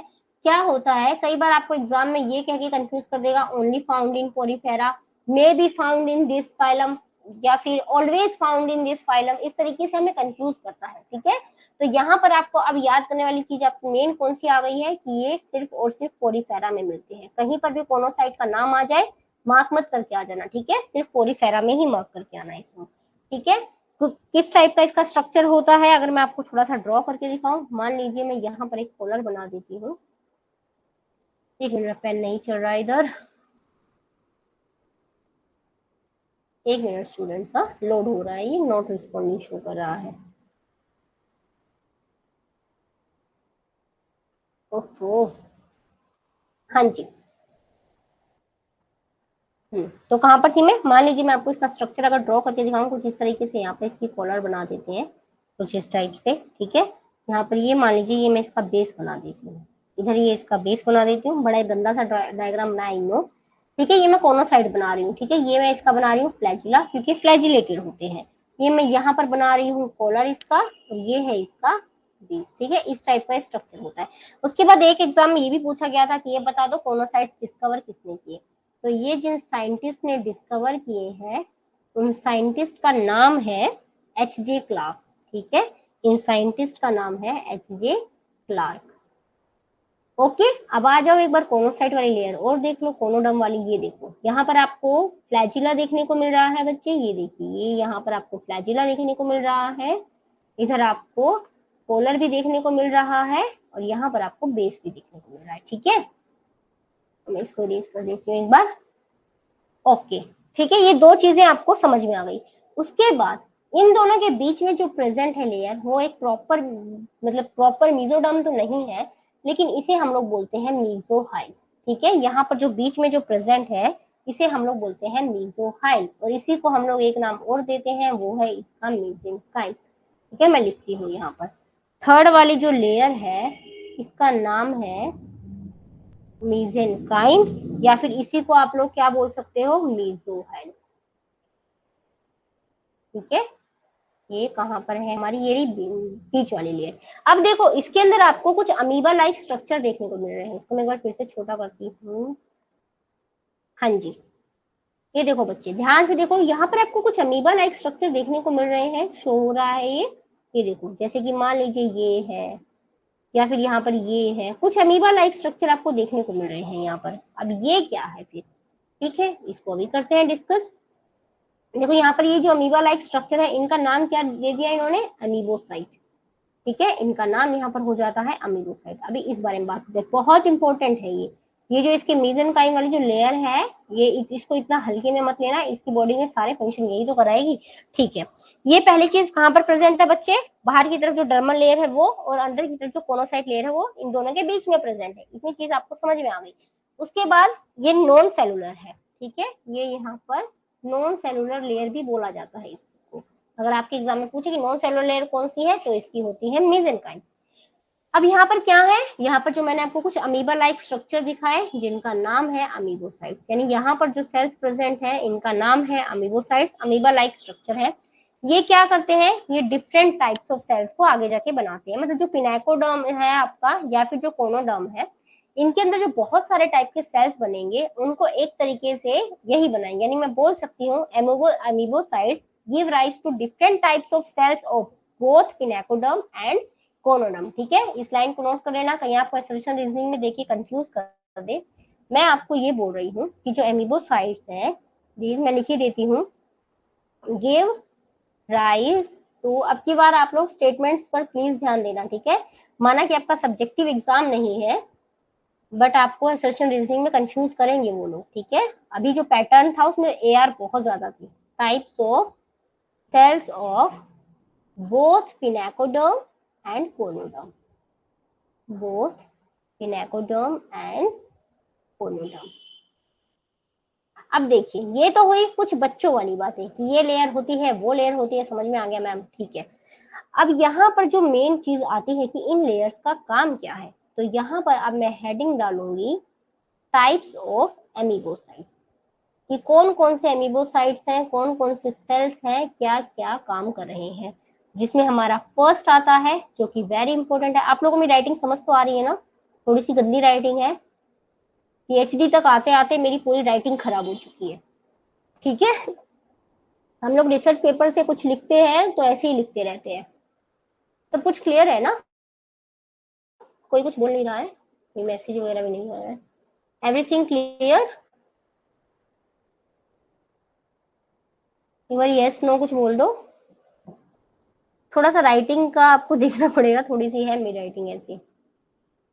जब छोटे हुआ करते थे, जब तो अच्छी होती थी, बड़े होते होते गड़बड़ हो गई। चलो ठीक है, ओके ओके नैना, अंशु, रोशनी, ओके ठीक है। फिर थोड़ा सा राइटिंग में है दिक्कत, मैं धीरे धीरे कोशिश करूंगी, I will try to improve this. ठीक है, हाँ जी, फर्स्ट यहाँ पर है हमारा स्क्लेरोब्लास्ट। ठीक है, फर्स्ट टाइप के सेल्स है स्क्लेरोब्लास्ट। अब यहाँ पर इनका क्या फंक्शन है, इनका फंक्शन होता है पोरीफेरा के अंदर स्केलेटन का फॉर्मेशन करना। प्रॉपर स्केलेटन आपको इनके अंदर देखने को नहीं मिलेगा, बट फिर भी थोड़ा बहुत तो स्केलेटन चाहिए, तभी तो एक जगह पर सेसाइल रह सकते हैं, ये टिके रह सकते हैं। तो फर्स्ट यहाँ पर जो सेल है अमीबोसाइट वो है स्क्लेरोब्लास्ट, जिसका काम है स्केलेटन फॉर्मेशन के लिए। सेकेंड जो यहाँ पर अमीबोसाइट है वो है आपका स्पोंजियोप्लास्ट, ठीक है। सेकेंड जो है आपका वो है आपका स्पोंजियोप्लास्ट। जो ये स्पोंजियोब्लास्ट है इसका भी काम स्केलेटन फॉर्मेशन में ही आता है, ठीक है, इसका काम भी है स्केलेटन बनाना। उसके बाद थर्ड यहाँ पर जो आता है वेरी इंपॉर्टेंट, ये है हमारा थीजोसाइट्स। आई थिंक डी और बीएचयू के जब अलग से पेपर हुआ करते थे उन्होंने पूछा हुआ इनके बारे में बहुत, थीजोसाइट्स के बारे में। तो जो थीजोसाइट्स है इनका क्या काम है, ये आपके यूज होते हैं फूड स्टोरेज के अंदर, यानी इनका फंक्शन होता है फूड को स्टोर करना। फोर्थ यहाँ पर हमारे आते हैं फैगोसाइट्स, ठीक है। फोर्थ यहाँ पर आएंगे फैगोसाइट्स। फैगो फैगो वो होते हैं जो कि खा जाते हैं किसी चीज को, ठीक है, यानी उसको इंगल्फ कर लेते हैं। जिस भी चीज को खाना है, जो भी इनका फूड है, उसको इंगल्फ करेंगे। और कैसे करेंगे, बाय फैगोसाइटोसिस, ठीक है। फैगोसाइटोसिस क्या होता है, मान लीजिए ये एक सेल है, यहाँ पर इसको ये चीज खानी, तो इसको इंगल्फ कर लेगा, ठीक है, कुछ इस तरीके से इसको अपने अंदर ले लेगा, जिसे आप लोग बोल देते हो फैगोसाइटोसिस। उसके बाद यहाँ पर फिफ्थ टाइप का जो हमारा एमीबोसाइट आएगा उसका क्या नाम है, इसका नाम है ट्रोफोसाइट्स, ठीक है, इसका नाम है ट्रोफोसाइट्स। जो ट्रोफोसाइट्स है ये क्या काम करते हैं, पूरी बॉडी के अंदर। अब ऐसा है ना कि एक जगह पर फूड आ गया तो वहीं पर थोड़ी रहेगा, और इन बेचारों के पास आपकी तरह डाइजेस्टिव सिस्टम भी नहीं है, तो पूरी बॉडी के अंदर अब खाने को कहाँ कैसे डिस्ट्रीब्यूट किया जाए, तो वो काम यहाँ पर करते हैं इनके ट्रोफोसाइट्स। यानी आप देख रहे हो जो बीच में जो लेयर भी नहीं थी वहां पर जो अमीबोसाइट्स प्रेजेंट थी, जो अमीबोसाइट अमीबा नहीं है, अमीबा के जैसा सिर्फ स्ट्रक्चर है इनके पास, जैसे अमीबा की शेप है सिर्फ वो स्ट्रक्चर है। तो क्या है हमारा ट्रोफोसाइट्स। जो ट्रोफोसाइट्स है इसका क्या काम है, पूरी बॉडी के अंदर फूड को डिस्ट्रीब्यूट करना, ठीक है, डिस्ट्रीब्यूशन ऑफ फूड। नेक्स्ट हमारे आते हैं आर्कियोसाइट्स। आर्कियोसाइट्स जब मैं आपको केस स्टडी पढ़ाऊंगी और वहां पर जब मैं आपको बताऊंगी इनका लाइफ साइकिल वगैरह, तो आप उसमें बहुत पढ़ेंगे आर्कियोसाइट्स के बारे में। तो आर्कियोसाइट्स मैंने आपको बताया, मैं अभी आपको जब उनका लाइफ साइकिल वगैरह बताऊंगी तब बताऊंगी। तो लाइफ साइकिल कैसे स्टार्ट होगा, एक ओवा और एक स्पर्म से। यानी जो आर्कियोसाइट्स होते हैं ये क्या काम करेंगे, ये क्या करेंगे, ये ओवा बनाएंगे और स्पर्मेटोजोआ बनाएंगे। तो फॉर्म ओवा एंड स्पर्मेटोजोआ, ठीक है। और आपको बता दूं मैं, ओवा और स्पर्मेटोजोआ जो होते हैं बच्चे, ये आपके किस टाइप के, यहाँ मतलब ओवा और प्रोटोजोआ, सॉरी, आप ये ओवा और स्पर्मेटोजोआ टोटीपोटेंट नहीं होते। आर्कियोसाइट्स का जो नेचर होता है ये होता है टोटीपोटेंट, एक बार के लिए टोटीपोटेंट होता है, फिर आगे जाके ये बना देते हैं ओवा और स्पर्मेटोजोआ। अब ये टोटीपोटेंट क्या है, एकदम नई टर्म होगी आप लोगों के लिए, डेवलपमेंट बायोलॉजी में हम लोग इनको पढ़ेंगे, पर डेवलपमेंट बायोलॉजी में आपको अभी बता देती हूँ। उससे पहले क्या होता है बच्चे, जैसे आपकी बॉडी है, जब आप पैदा हुए होंगे उस टाइम पर क्या है, आपके अंदर बहुत सारे सेल्स होंगे। किसी सेल ने बोला होगा मैं इसका हार्ट बनाऊंगा, मैं इसकी किडनी बनाऊंगा, मैं इसका ये बनाऊंगा, मैं इसका वो बनाऊंगा, ठीक है, सबने ये डिसाइड किया होगा। तो क्या होगा, सबसे पहले जो आपका एक सेल था, उस एक सेल से सारे ऑर्गन्स बने होंगे। तो जो पहला सेल था जिसके पास पोटेंशियल था कि वो किसी भी टाइप के सेल्स बना सकता है, टोटल पोटेंशियल था, उसे हम लोग बोल देते हैं टोटीपोटेंट। टोटीपोटेंट वो सेल्स होते हैं जो किसी भी टाइप के सेल्स को बना सकते हैं, ठीक है, टोटल आपकी बॉडी के अंदर। यानी आप ये बोल सकते हो कि जाइगोट जो है, जाइगोट के अंदर मतलब जो अभी सेल्स है इस टाइम, जो जाइगोट है वो एक तरीके का टोटीपोटेंट है, यानी जाइगोट से ही सब कुछ बनेगा। नेक्स्ट यहाँ पर आता है टोटीपोटेंट, यानी पूरा पोटेंशियल है। पोटेंट का मतलब है पोटेंशियल और टोटी का मतलब टोटल, यानी पूरा पोटेंशियल है, हर टाइप के सेल बना सकता है, ठीक है। नेक्स्ट यहाँ पर आते हैं आपके प्लूरीपोटेंट। अब ये प्लूरीपोटेंट क्या है, ये हर टाइप के सेल्स तो नहीं बना सकते हैं, लेकिन हाँ ये कुछ सेवरल टाइप के सेल्स बना सकते हैं। जैसे कि जब मैं आपको डेवलपमेंट बायोलॉजी पढ़ाऊंगी मैं उसमें आपको अच्छे से समझाऊंगी, दो टर्म्स आती हैं, आईसीएम और ट्रोफोब्लास्ट, ठीक है, आईसीएम और ट्रोफोब्लास्ट। जो आपका ट्रोफोब्लास्ट होता है, मतलब जब आप मम्मी की वॉम में थे तो क्या था, जो आपका ट्रोफोब्लास्ट था ये बना था प्लेसेंटा, ठीक है, ये बन गया था प्लेसेंटा जो आपको न्यूट्रिशन प्रोवाइड कर रहा था। बाकी जो भी ऑर्गन वगैरह जो कुछ बनने थे वो बनाए थे आपके आईसीएम ने, इनर सेल मास ने, ठीक है। तो यानी ये ट्रोफोब्लास्ट नहीं बनाएगा। ट्रोफोब्लास्ट, अब कोई ऐसा सेल है जो ट्रोफोब्लास्ट नहीं बनाएगा, ट्रोफोब्लास्ट के अलावा सब कुछ बनाएगा, यानी प्लेसेंटा के अलावा सब कुछ बनाएगा, तो वो मैं बोल सकती हूँ प्लूरीपोटेंट, यानी सेवरल चीजें बना सकता है पर हर चीज नहीं बनाएगा। तो प्लूरीपोटेंट की अगर मैं आपको एग्जांपल की बात करूं तो इसका आपका एग्जांपल क्या हो जाता है बच्चे, ये आपका हो जाता है ICM. ICM inner cell mass, ठीक है, आईसीएम यानी inner cell mass. Development biology में भी हम लोग इसको फिर से पढ़ेंगे, ठीक है। प्लूरीपोटेंट के बाद आपके एक टाइप के सेल्स जो आते हैं वो आते हैं मल्टीपोटेंट। अभी मल्टीपोटेंट क्या है? मल्टीपोटेंट वो सेल्स होते हैं जो बहुत सारे सेल्स बनाते हैं। मल्टी मतलब मल्टीपल, बहुत सारे सेल्स बना सकते हैं पर फिर भी कुछ रिस्ट्रिक्शंस के साथ। कुछ रिस्ट्रिक्शंस हैं, ऐसा नहीं है कि सब कुछ बना देंगे। अब कैसे बना सकते हैं? आपने नाम सुना हो हिमेटोपोइटिक स्टेम सेल, ठीक है। स्टेम सेल्स वाला कॉन्सेप्ट हमारा डेवलपमेंट बायोलॉजी में आएगा, बहुत अच्छे से डिस्कस करेंगे कैसे स्टेम सेल बन रहे हैं, और आई थिंक इस बार क्वेश्चन भी आया स्टेम सेल से। अभी सुनो बस मेरी बात। हिमेटोपोइटिक स्टेम सेल्स होते हैं जो कि आपका आरबीसी भी बनाएंगे, आपके डब्ल्यूबीसी भी बनाएंगे, आपके प्लेटलेट्स को भी बनाएंगे। प्लेटलेट्स को, प्लेटलेट्स, आई थिंक स्पेलिंग ठीक है, हाँ जी। और ये आपका क्या क्या बनाते हैं? ये आपके डेंड्राइटिक सेल्स, मैक्रोफाज, बहुत सारी चीजें यहाँ पर आपकी बननी स्टार्ट होती हैं इनसे, ठीक है, बहुत सारे सेल्स। तो देखो हिमेटोपोइटिक स्टेम सेल्स जो हैं इन्होंने बहुत सारी चीजें बनाई हैं, इनके अंदर काबिलियत जरूर है, पर कौन सी काबिलियत है? सिर्फ ब्लड से रिलेटेड ही चीजें बनाएंगे, ऐसा नहीं है कि जो मन किया वो बनाने लग गए। तो इससे आप बोल दोगे मैम ये मल्टीपोटेंट है, यानी बहुत सारी मल्टीपल चीजें बना तो रहा है लेकिन हर चीज नहीं बना रहा है, ठीक है, तो वो आ गया आपका मल्टीपोटेंट। उसके बाद हमारी डेव बायो में एक और टर्म आती है, पोटेंट का मतलब है पोटेंशियल। लास्ट टर्म जो आती है यहाँ पर वो आती है बच्चे आपकी यूनिपोटेंट। यूनि यानी कि किसी एक टाइप का सेल, ये इंसान मतलब सेल, इंसान नहीं, ये जो सेल है ये एक ही टाइप की कोई चीज बना सकता है।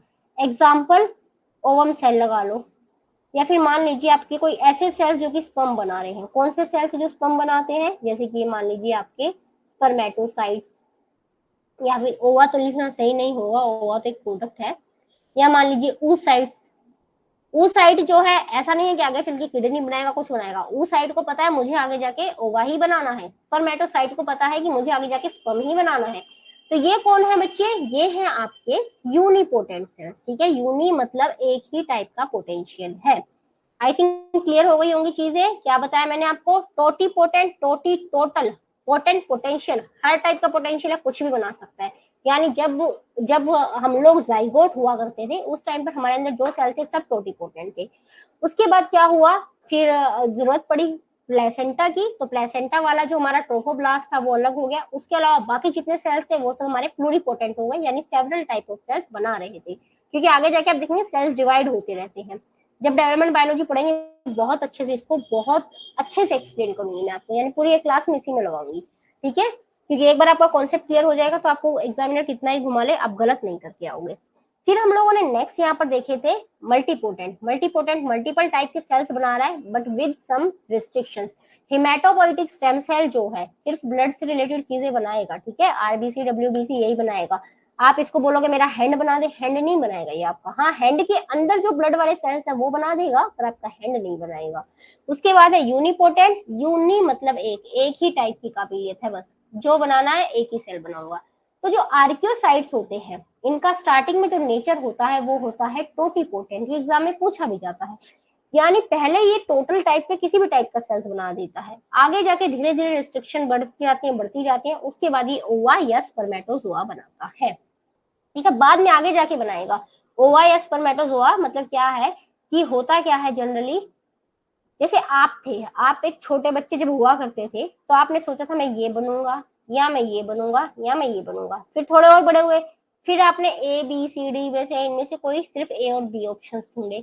ऐसे करते करते आप एमएससी तक आ गए, ठीक है। फिर आपने मान लीजिए आपका दिल किया कि आपने बीएससी की, फिर आपने बोला मैं एमएससी करूंगा। अब आप धीरे धीरे जाके रिस्ट्रिक्टेड हो चुके हो कि अब मुझे यही करना है, और एमएससी के बाद तो आई थिंक किसी का मन नहीं बदलेगा, तो अब तो फिर आप लास्ट में जाके एकदम यूनिपोटेंट हो जाओगे, ठीक है। और जब आप बच्चे हुआ करते, जब आप टोटीपोटेंट है, आपके पास पोटेंशियल था, आप कुछ भी बन सकते थे, फिर आपके पास अब डिग्री ऐसी है कि आप सिर्फ यूनिपोटेंट रह सकते हो, ठीक है जी। तो यही है आर्कियोसाइट का कॉन्सेप्ट कि पहले बेचारे टोटीपोटेंट होते थे, धीरे बड़े बड़े होते होते ये बेचारे ओवाइस स्पर्मेटोजोआ बनाने लग जाएंगे। हाँ जी, तो उसके बाद यहाँ पर आते हैं नेक्स्ट हमारे कोलेनोसाइट्स। यहाँ पर नेक्स्ट आएंगे हमारे कोलेनोसाइट्स। कोलेनोसाइट्स जो है ये क्या बनाएंगे बच्चे, ये आपके बनाएंगे कनेक्टिव टिश्यू सेल्स। ठीक है, आपके नहीं, पोरीफेरा के बनाएंगे ये पोरीफेरा के कनेक्टिव टिश्यू सेल्स बनाएंगे। पर डेवलपमेंट बायोलॉजी का सबकी जिंदगी का एक ही रूल रहता है कि हमें यही बनना है। ठीक है, नेक्स्ट यहाँ पर आ गए आपके कोलेनोसाइट्स। उसके बाद 8th यहाँ पर आते हैं क्रोमोसाइट्स। नाम से ही पता लग रहा है क्रोमो।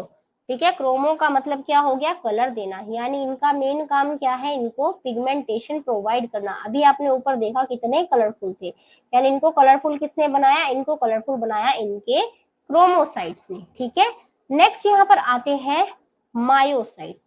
ये सब क्या है, ये सब एमिबोसाइट्स है जो कि मिडल वाली लेयर में प्रेजेंट है। ठीक है, मायोसाइट्स। मायोसाइट्स का क्या काम है, मायो देखो आपने कहीं पर जब मायो सुना होगा, आपके दिमाग में आता होगा मायो का मतलब कुछ ना कुछ कॉन्ट्रैक्ट हो रहा है, कुछ ना कुछ हार्ट टाइप आपके माइंड में आ रहा होगा।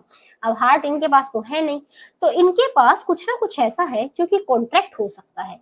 यानी जो मायोसाइट्स है ये हाईली कॉन्ट्रैक्टिव सेल्स है।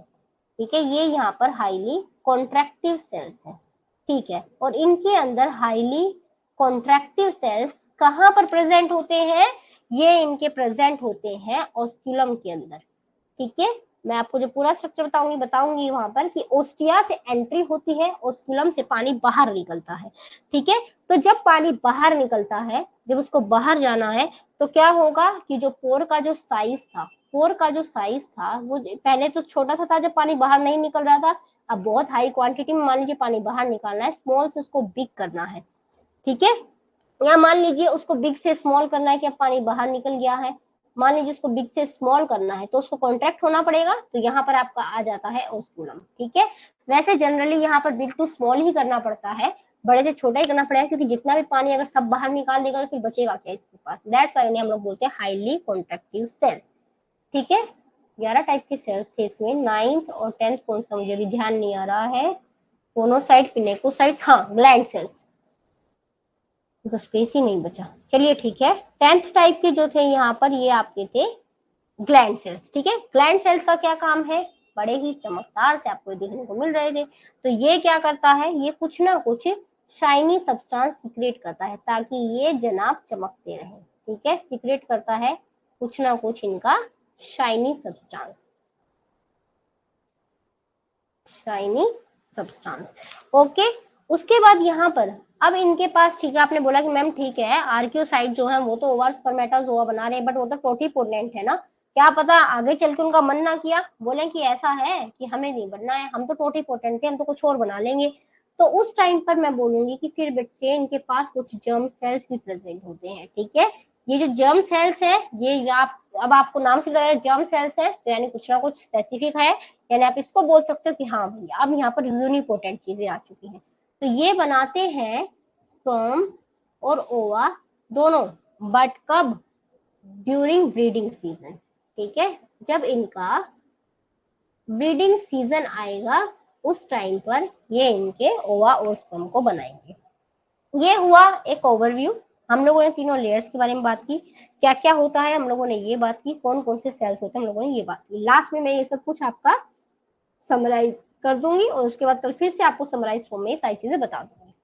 उसके बाद आ जाओ आप कैनाल सिस्टम एंड स्पॉन्जेस, आज हम लोग यहीं तक करेंगे, बाकी मैं कल बताऊंगी। ठीक है, अभी मैं खुद भी थक गई हूँ। इसके बाद हम लोग क्या करेंगे, देन हम लोग क्लासिफिकेशन वाला इसका पोर्शन कल पढ़ेंगे। हमारी क्लासेस ऐसी चलेंगी, फर्स्ट हम लोग general characters, second classification, third case study. Okay, अब आ जाओ आप स्पॉन्जेस के अंदर, कैनाल सिस्टम के अंदर। पहली चीज, कैनाल सिस्टम की क्यों जरूरत है, क्या कर रहा है इनका कैनाल सिस्टम, इसका फंक्शन क्या, इरेज कर तो गंदा से लग रहा है तो क्या फंक्शन है इस कैनाल सिस्टम का। तो जो कैनाल सिस्टम है बच्चे, ये इनकी हेल्प करता है न्यूट्रिशन में, ओके, और कहाँ पर हेल्प करता है, रेस्पिरेशन में भी ये इनकी हेल्प करता है। ठीक है, इनकी हेल्प ये रेस्पिरेशन में भी करेगा, ये इनकी हेल्प एक्सक्रिएशन में भी करता है इनका कैनाल सिस्टम, और यही इनकी हेल्प रिप्रोडक्शन में भी करता है। ठीक है, इनकी हेल्प रिप्रोडक्शन में भी करता है। कैनाल सिस्टम जो है डेवलप कैसे हुआ, किस तरीके से ये डेवलप हुआ, तो ये डेवलप हुआ due to folding of inner wall. जो इनकी इनर वॉल थी, इनर वाली कौन सी थी बच्चे, कोनोसाइट्स, यानी जब कोनोसाइट कोनोडर्म, जो कोनोडर्म है उसकी जब इनफोल्डिंग होती है, इनफोल्डिंग मतलब अंदर की तरफ फोल्डिंग हो रही है, जब अंदर की तरफ इनकी फोल्डिंग हो रही है तो उसकी वजह से यहाँ पर कैनाल सिस्टम डेवलप होता है। ठीक है, तो and canal system is developed due to folding of inner wall. ठीक है, मैं आपको जब कुछ इस टाइप का रीजन टाइप कुछ बताऊं, आप उसको अपने माइंड में अपने आप एआर फॉर्म में बना लीजिएगा। ठीक है, इसे आप अपने आप एआर की फॉर्म में बना लीजिए, ताकि फिर आपका जब एग्जाम हो तो आपके लिए ये चीजें थोड़ी सी इजी रहे। Okay, develop due to folding of inner wall, हाँ ठीक है। अब उससे पहले मैं आपको थोड़ा सा इसका स्ट्रक्चर बताती हूँ कि किस टाइप का ये आपका मतलब किस टाइप का आपका स्पॉन्जिस का कैनाल सिस्टम होता है। उसके बाद फिर मैं आपको 4 टाइप का इसका कैनाल सिस्टम बताऊंगी। देखो क्या है, ये मान लीजिए इसकी एक बॉडी वॉल है, फ्लो चार्ट में बताने की कोशिश करूंगी। मान लीजिए इसकी कोई बॉडी वॉल है, ठीक है। अब वो जो बॉडी वॉल है इसके अंदर आपको एक लार्ज कैविटी देखने को मिलेगी, बड़ी सी कैविटी देखने को मिलेगी। ये देखो, ये जो आपको यहाँ पर जो बीच में ये जो आपको व्हाइट वाला जो पोर्शन दिख रहा है, इसको अगर मैं करूं, एक मिनट, हाँ, ये वाला जो पोर्शन है, ये वाला जो व्हाइट वाला जो ये पोर्शन है, जिसको अब मैं इस टाइम पर येलो कर रही हूँ, ये पूरा क्या है, ये इसकी बड़ी सी कैविटी जो इसके बीच में प्रेजेंट है, इसका नाम क्या है, इसका नाम है आपका स्पोंजोसिल। ठीक है, इसको इरेज कर देती हूँ, इसको छोटा करके एक बार दिखा देती हूँ बस। ये देखो, आई थिंक अब आपको दिख रहा होगा। ठीक है, ये देखो यहाँ पर जो बीच में जो कैविटी है, ये है बच्चे इनकी स्पोंजोसिल, ये इनका है स्पोंजोसिल। उसके बाद यहाँ पर आपको कुछ कांटे लाइक स्ट्रक्चर दिख रहे होंगे, इसे बोलता है स्पिक्यूल, मतलब इन्हें हम लोग बोलते हैं स्पाइक्यूल्स। इसी के बेसिस के ऊपर पूरा पोरीफेरा का क्लासिफिकेशन है, स्पाइक्यूल्स के बेसिस के ऊपर। ठीक है, यहाँ पर आपको पोरोसाइट्स देखने को मिल रहे हैं। पोरोसाइट्स कौन से वाले सेल्स हैं, कौन सी लेयर के अंदर थे, पिनाकोडर्म के अंदर। ठीक है, फिर यहाँ पर आपको कोनोसाइट्स देखने को मिल रहे हैं। अमीबोसाइट कहाँ पर है, बीच वाले लेयर के अंदर प्रेजेंट है, ये इसका एपिडर्मिस है। और यहाँ पर आपको ऑस्क्यूलम, ऑस्क्यूलम मैंने बताया आपको वो वाला पार्ट है जहां से इसका वाटर बाहर जाएगा। और मीजोहाइल वही आपको मतलब इनकी बीच वाली लेयर। ये यहाँ पर वाटर फ्लो को दिखाया गया है कि किस तरीके से यहाँ पर पानी जो है ऐसे यहाँ पर इस तरीके से इन पोर्स के अंदर पहुंचेगा, और उसके बाद किस तरीके से यहाँ से होता हुआ बाहर जा रहा है, मतलब यहाँ से फिर धीरे धीरे बाहर तक चला जाएगा। ठीक है, वाला क्वेश्चन इरेज करती हूँ। ठीक है, इतना समझ में आया। अब इसको मैं थोड़ा सा वैसे बताती हूँ। तो मैंने आपको बताया जो इसकी बॉडी वॉल है, यहाँ पर हमें एक बड़ी सी कैविटी देखने को मिलती है। उस कैविटी का नाम होता है स्पोंजोसिल। ठीक है, यहाँ पर आपको बड़ी सी कैविटी देखने को मिली जिसका नाम है स्पोंजोसिल। इसी स्पोंजोसिल को पैरागैस्ट्रिक कैविटी भी बोला जाता है। यानी अगर आपसे पैरागैस्ट्रिक कैविटी के बारे में पूछ ले तो आप समझ जाना कि आपसे बात यहाँ पर स्पोंजोसील के बारे में हो रही है। ठीक है, इतनी बात समझ में आई। ओके, उसके बाद इनके पास जो कोनोसाइट्स प्रेजेंट थे, फ्लैजिला के साथ थे, इसको लाइन करती है स्पोंजोसील, मतलब इसकी लाइनिंग बना रही है एक तरीके से। यहाँ पर आप देख सकते हैं, मैं अभी इसका डायग्राम ड्रॉ करके दिखाती हूँ आपको। ठीक है, जो कोनोसाइट्स है इसकी जो लाइनिंग है, इसे मतलब स्पोंजोसिल के अंदर ये जो लाइनिंग है मतलब स्पोंजोसिल, ठीक है, स्पोंजोसिल तो वो एक कैविटी हो गई। इसकी जो लाइनिंग है मेनली कौन प्रोवाइड करता है, वो एक कैनाल होती है जिसका नाम होता है रेडियल कैनाल। ठीक है, मैं ये कहना चाह रही हूँ choanocytes with flagella is lined in spongocoel with radial canal. ठीक है, मैं सिर्फ इतना बोलना चाह रही हूँ आपको। तो देखो, कुछ इस टाइप का आपको स्ट्रक्चर देखने को मिलेगा। एक मिनट, हाँ, ये देखो, जैसे कि मान लीजिए ये मैंने इसकी बॉडी बना दी, थोड़ा सा एडजस्ट कर लो, ये ऐसी बनाइए, ये सेल्स में दूसरे तरीके से बनाती हूँ। यहाँ पर मैं मान लीजिए कोनोसाइट्स बना देती हूँ। ठीक है, यहाँ पर ये इस साइड को इसका फ्लैजिला ड्रॉ कर देती, ये देख लीजिए। ठीक है, यहाँ पर मैंने इसका बना दिया फ्लैजिला कुछ इस तरीके से। ठीक है, अब देखो ये फ्लैजिला हो गया, मैंने ब्लू कलर से ये बना दिया। चलो ठीक है, अब यहां से मान लीजिए वाटर ने एंट्री ली, यहां से वाटर क्या करेगा, एंट्री लेगा। और यहाँ पर जो एक कैविटी प्रेजेंट है, जिस कैविटी के अंदर ये पहुंचेगा, ये वाटर ने एंट्री ली, और जिस कैविटी के अंदर ये पहुंचेगा, इस कैविटी को क्या बोला जाता है? इस कैविटी को बोला जाता है स्पोंजोसील। ठीक है, स्पोंजोसील या पैरागैस्ट्रिक कैविटी। यहाँ पर ये इस तरीके से एंट्री लेगा। तो जब ये कोनोसाइट से जैसे स्पोंजोसील के अंदर एंट्री लेता है, यहाँ पर जो पोर्शन होता है ना बच्चे, उसे हम लोग बोल देते हैं डर्मल ओस्टिया, नहीं सॉरी रेडियल कैनाल। उसके बाद डर्मल ओस्टिया वगैरह भी आएंगे। तो इतना सोचो यहाँ पर एक रेडियल कैनाल प्रेजेंट है। ठीक है, सिर्फ इतना सोचो, उसके बाद हम डायग्राम्स में देखेंगे। अंशु, रेडियल कैनाल को एक बार के लिए थोड़ा सा होल्ड रखो, अभी मैं आपको जब पूरा इसका वो बता दूंगी, मतलब पूरा इसका जब कैनाल सिस्टम बताऊंगी, जब आपको बिल्कुल अच्छे से क्लियर हो जाएगा। अभी मैं सिर्फ इतना कह रही हूँ कि ये जो कोनोसाइट्स हैं, ये जो स्पोंजोसील को जिस तरीके से कवर कर रहे हैं, यहाँ पर जो लाइनिंग है वहां पर रेडियल कैनाल प्रेजेंट है। या फिर एक बार के लिए इसको चलो होल्ड करो, मैं एक बार को इसके लिए क्वेश्चन मार्क डाल रही हूँ। ठीक है, अगर आपका लास्ट में क्लियर ना हो तब मुझे बताना। ठीक है, एक बार के लिए मैं इसको होल्ड पे कर रही हूँ। अब देखो क्या होता है, कैसे पानी अंदर आएगा। ये जो कोनोसाइट्स हैं, इनके जो फ्लैजिला है ना बच्चे, इनके जो फ्लैजिला है, यहाँ पर इनकी बीटिंग स्टार्ट होगी। फ्लैजिला थोड़ा सा अपना मूवमेंट स्टार्ट करेंगे, यानी मैं लिख दूं यहाँ पर पहले होगी बीटिंग ऑफ फ्लैजिला। ठीक है, फ्लैजिला की बीटिंग स्टार्ट होगी। जब फ्लैजिला की बीटिंग स्टार्ट होगी तो यहाँ पर क्या होगा, करंट ऑफ वाटर पोज होगा। ठीक है, यहाँ पर कुछ करंट ऑफ वाटर पोज होगा, क्योंकि फ्लैजिला जो है यहाँ पर ये थोड़ा सा हिलना डुलना स्टार्ट होगी। कैसे एंट्री ली इन्होंने, ये जिस ओपनिंग से एंट्री लेते हैं उसका नाम होता है ओस्टिया। ओस्टिया से ये एंट्री लेते हैं और ऑस्क्यूलम से ये पानी को बाहर निकालते हैं। यानी ओस्टिया जो है ये एंट्री के लिए है फॉर इनफ्लो ऑफ वाटर। ठीक है, ओस्टिया जो है ये वाटर को अंदर लेके आता है। अभी सिर्फ इतना याद रखो। और जो ऑस्क्यूलम जो है ये क्या करता है, ऑस्क्यूलम जो है ये जो पानी बाहर आया उसको बाहर, मतलब जो पानी अंदर आया उसको बाहर फेंकना। ठीक है, तो इसका काम है पानी को बाहर फेंकना। अब जो फ्लैजिला है इसने क्या किया, फिर आप बोलोगे मैम ओस्टिया का ये काम है और ऑस्क्यूलम का ये काम है, तो फ्लैजिला क्या कर रहा है बच्चे, फ्लैजिला में जब मतलब देखो ऐसा तो है नहीं कि सारा ही पानी बाहर निकालना है। आप खुद से सोच के देखो, जब ये पानी को एब्सॉर्ब कर रहे हैं, क्यों एब्सॉर्ब कर रहे हैं, क्या जरूरत है एब्सॉर्ब करने की, कुछ ना कुछ तो काम है, न्यूट्रिएंट वगैरह इनको रखने हैं। पर सारा पानी बाहर नहीं निकालेंगे, तो कौन सा पानी बाहर निकालेंगे, जो इनके पास एक्स्ट्रा है। एक्स्ट्रा वाटर को बाहर निकालेंगे, ऑक्सीजन को ट्रांसपोर्ट करेंगे, फूड को ट्रांसपोर्ट करेंगे। ठीक है, इतनी बात समझ में आई कि फ्लैजिला ने क्या किया, रिमूव, मैं लिख देती हूँ यहाँ पर। अभी सिर्फ ओस्टिया, पानी अंदर आया, ऑस्क्यूलम से पानी बाहर गया, लिख देती हूँ। हाँ जी, और यहाँ पर जो फ्लैजिला है, फ्लैजिला ने क्या किया, एक्स्ट्रा वाटर को रिमूव करना है। ठीक है, फ्लैजिला जो है ये थोड़ा सा अपना हिल डुल के क्या करेगा, रिमूव करेगा एक्स्ट्रा वाटर को। ठीक है, फ्लैजिला ने क्या किया, एक्स्ट्रा वाटर को रिमूव किया, बड़ी गंदी राइटिंग लिख दी तो मैंने। और क्या करता है, ट्रांसपोर्ट करता है ऑक्सीजन को और फूड को। जो भी कंफ्यूजन है मैं भी सब क्लियर कर दूंगी आपकी धीरे धीरे। ठीक है, इतना समझ में आया कि पानी अंदर हुआ ओस्टिया से, कुछ पोरोसाइट्स थे उनके थ्रू आ गया, बहुत सारी कैनाल्स है। अभी आप रेडियल कैनाल भूल जाओ, बहुत सारी कैनाल्स है, उनके थ्रू अंदर आ गया, उसके बाद स्पोंजोसिल में गया और फाइनली ऑस्क्यूलम से बाहर चला गया। ठीक है, अब देखो 4 टाइप का कैनाल सिस्टम होता है। उससे पहले एक बार ये छोटा सा डायग्राम देख लो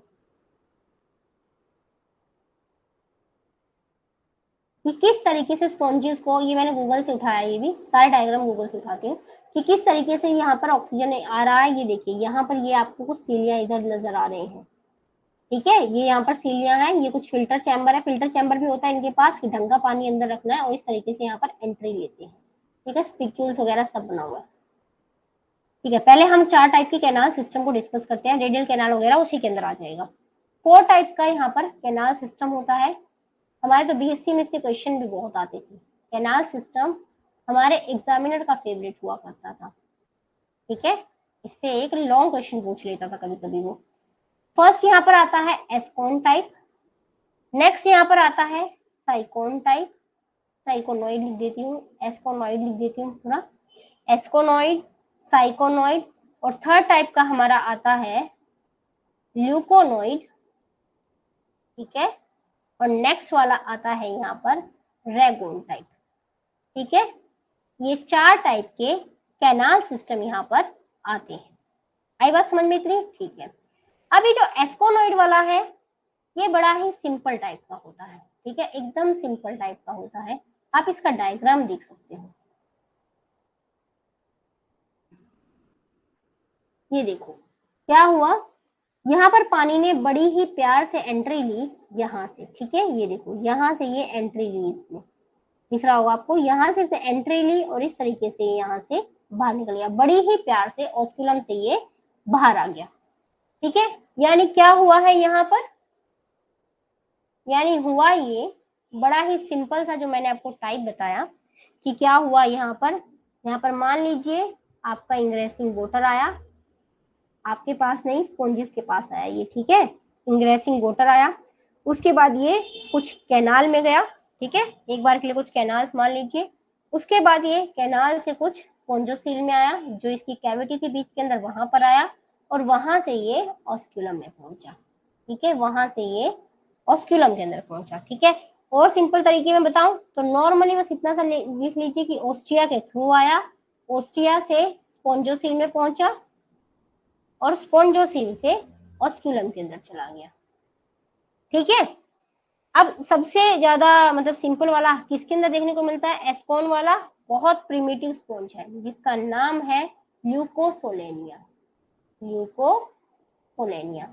और अगर आपसे कोई पूछे कि प्रिमिटिव स्पॉन्ज का नाम बता दो, ये बिल्कुल तब की बात है, अभी इवोल्यूशन अच्छे से हुआ नहीं है, ठीक है। तो मोस्ट प्रिमिटिव स्पॉन्जेस जो है ये आपके होते हैं ल्यूकोसोलेनिया, ठीक है। इतनी बात समझ में आई, कुछ नहीं था इसके अंदर, तो बड़ी आराम से एंट्री ली, ठीक है। देखो अभी आप कैनाल एक तरीके से बस एक पाइप लाइक स्ट्रक्चर समझ लो, ठीक है, इसने बहुत आराम से एंट्री ली, ओस्टिया के थ्रू यहाँ पर एंट्री ली, एंट्री लेके बड़ी आराम से स्पॉन्जोसील से होते हुए ओस्कुलम से बाहर चला गया, बहुत सिंपल सा था। अब आपको इसमें क्या याद रखना है, एग्जाम्पल ल्यूकोसोलेनिया जो कि मोस्ट प्रिमिटिव स्पॉन्ज होता है। अब आओ आप साइकोन के अंदर, यहाँ पर आएगी आपकी फेवरेट रेडियल कैनाल। देखो क्या होगा, पानी ने यहाँ पर एंट्री ली, ये पूरा मैं आपको एक फ्लो चार्ट में बता भी दूंगी।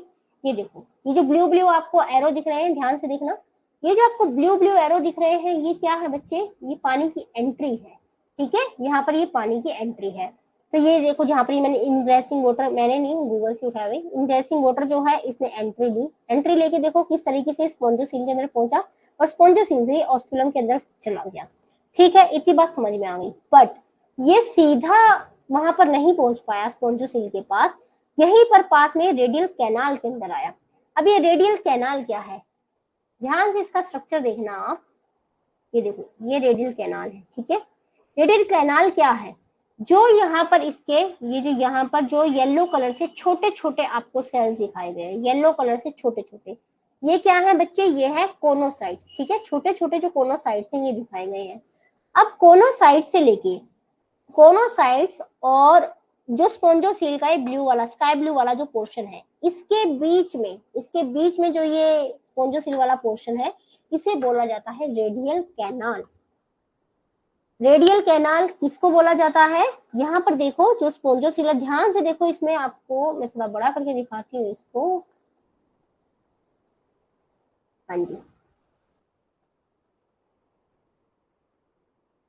ये देखो, इधर देखो, ठीक है, ये आपको येलो कलर के जो दिख रहे हैं बच्चे, यहाँ पे देखो फ्लैजिला भी ड्रॉ कर रखा है इन्होंने, ठीक है, यहाँ पे ध्यान से देखो, ये आपको येलो कलर के जो दिख रहे हैं ये है फ्लैजिला इसके, ये जो येलो कलर वाले ये है आपके कोनोसाइट्स, और ये जो स्काई ब्लू कलर का जो पोर्शन है ये पूरा क्या है, ये पूरा स्पॉन्जोसील वाला पोर्शन है, ठीक है।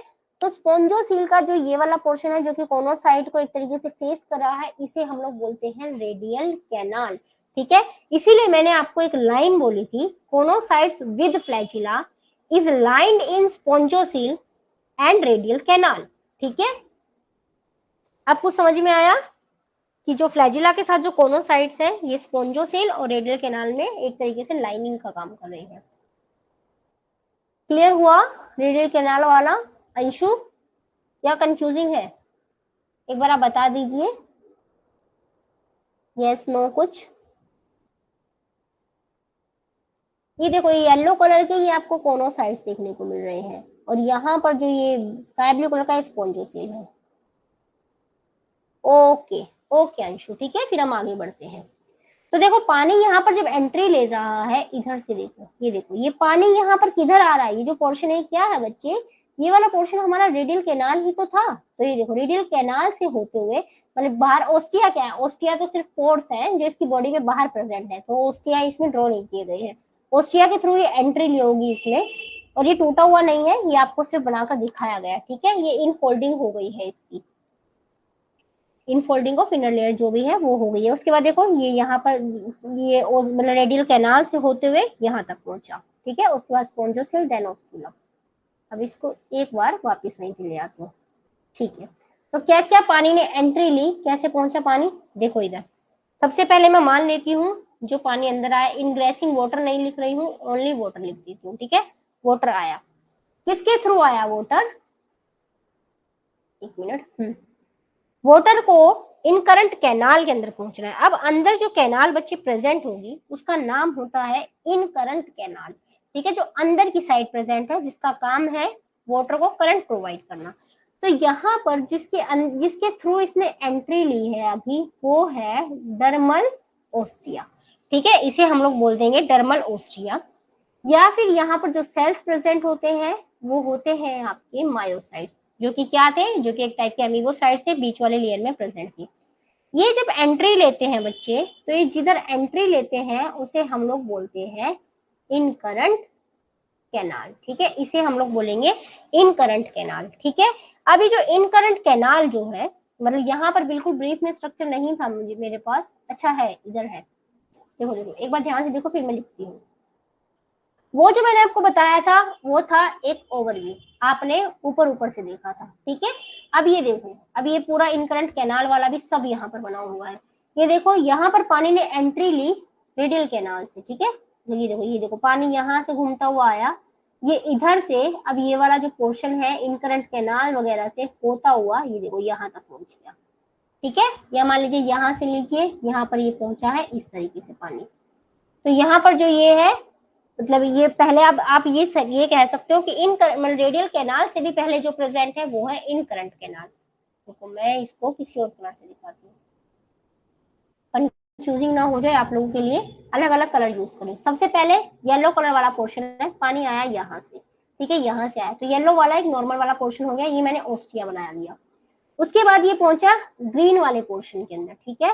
तो जो ये ग्रीन वाला पोर्शन है ना बच्चे, ये क्या है, ये वाला जो पोर्शन है ये एक तरीके से क्या है, ये इसका इनकरंट कैनाल है।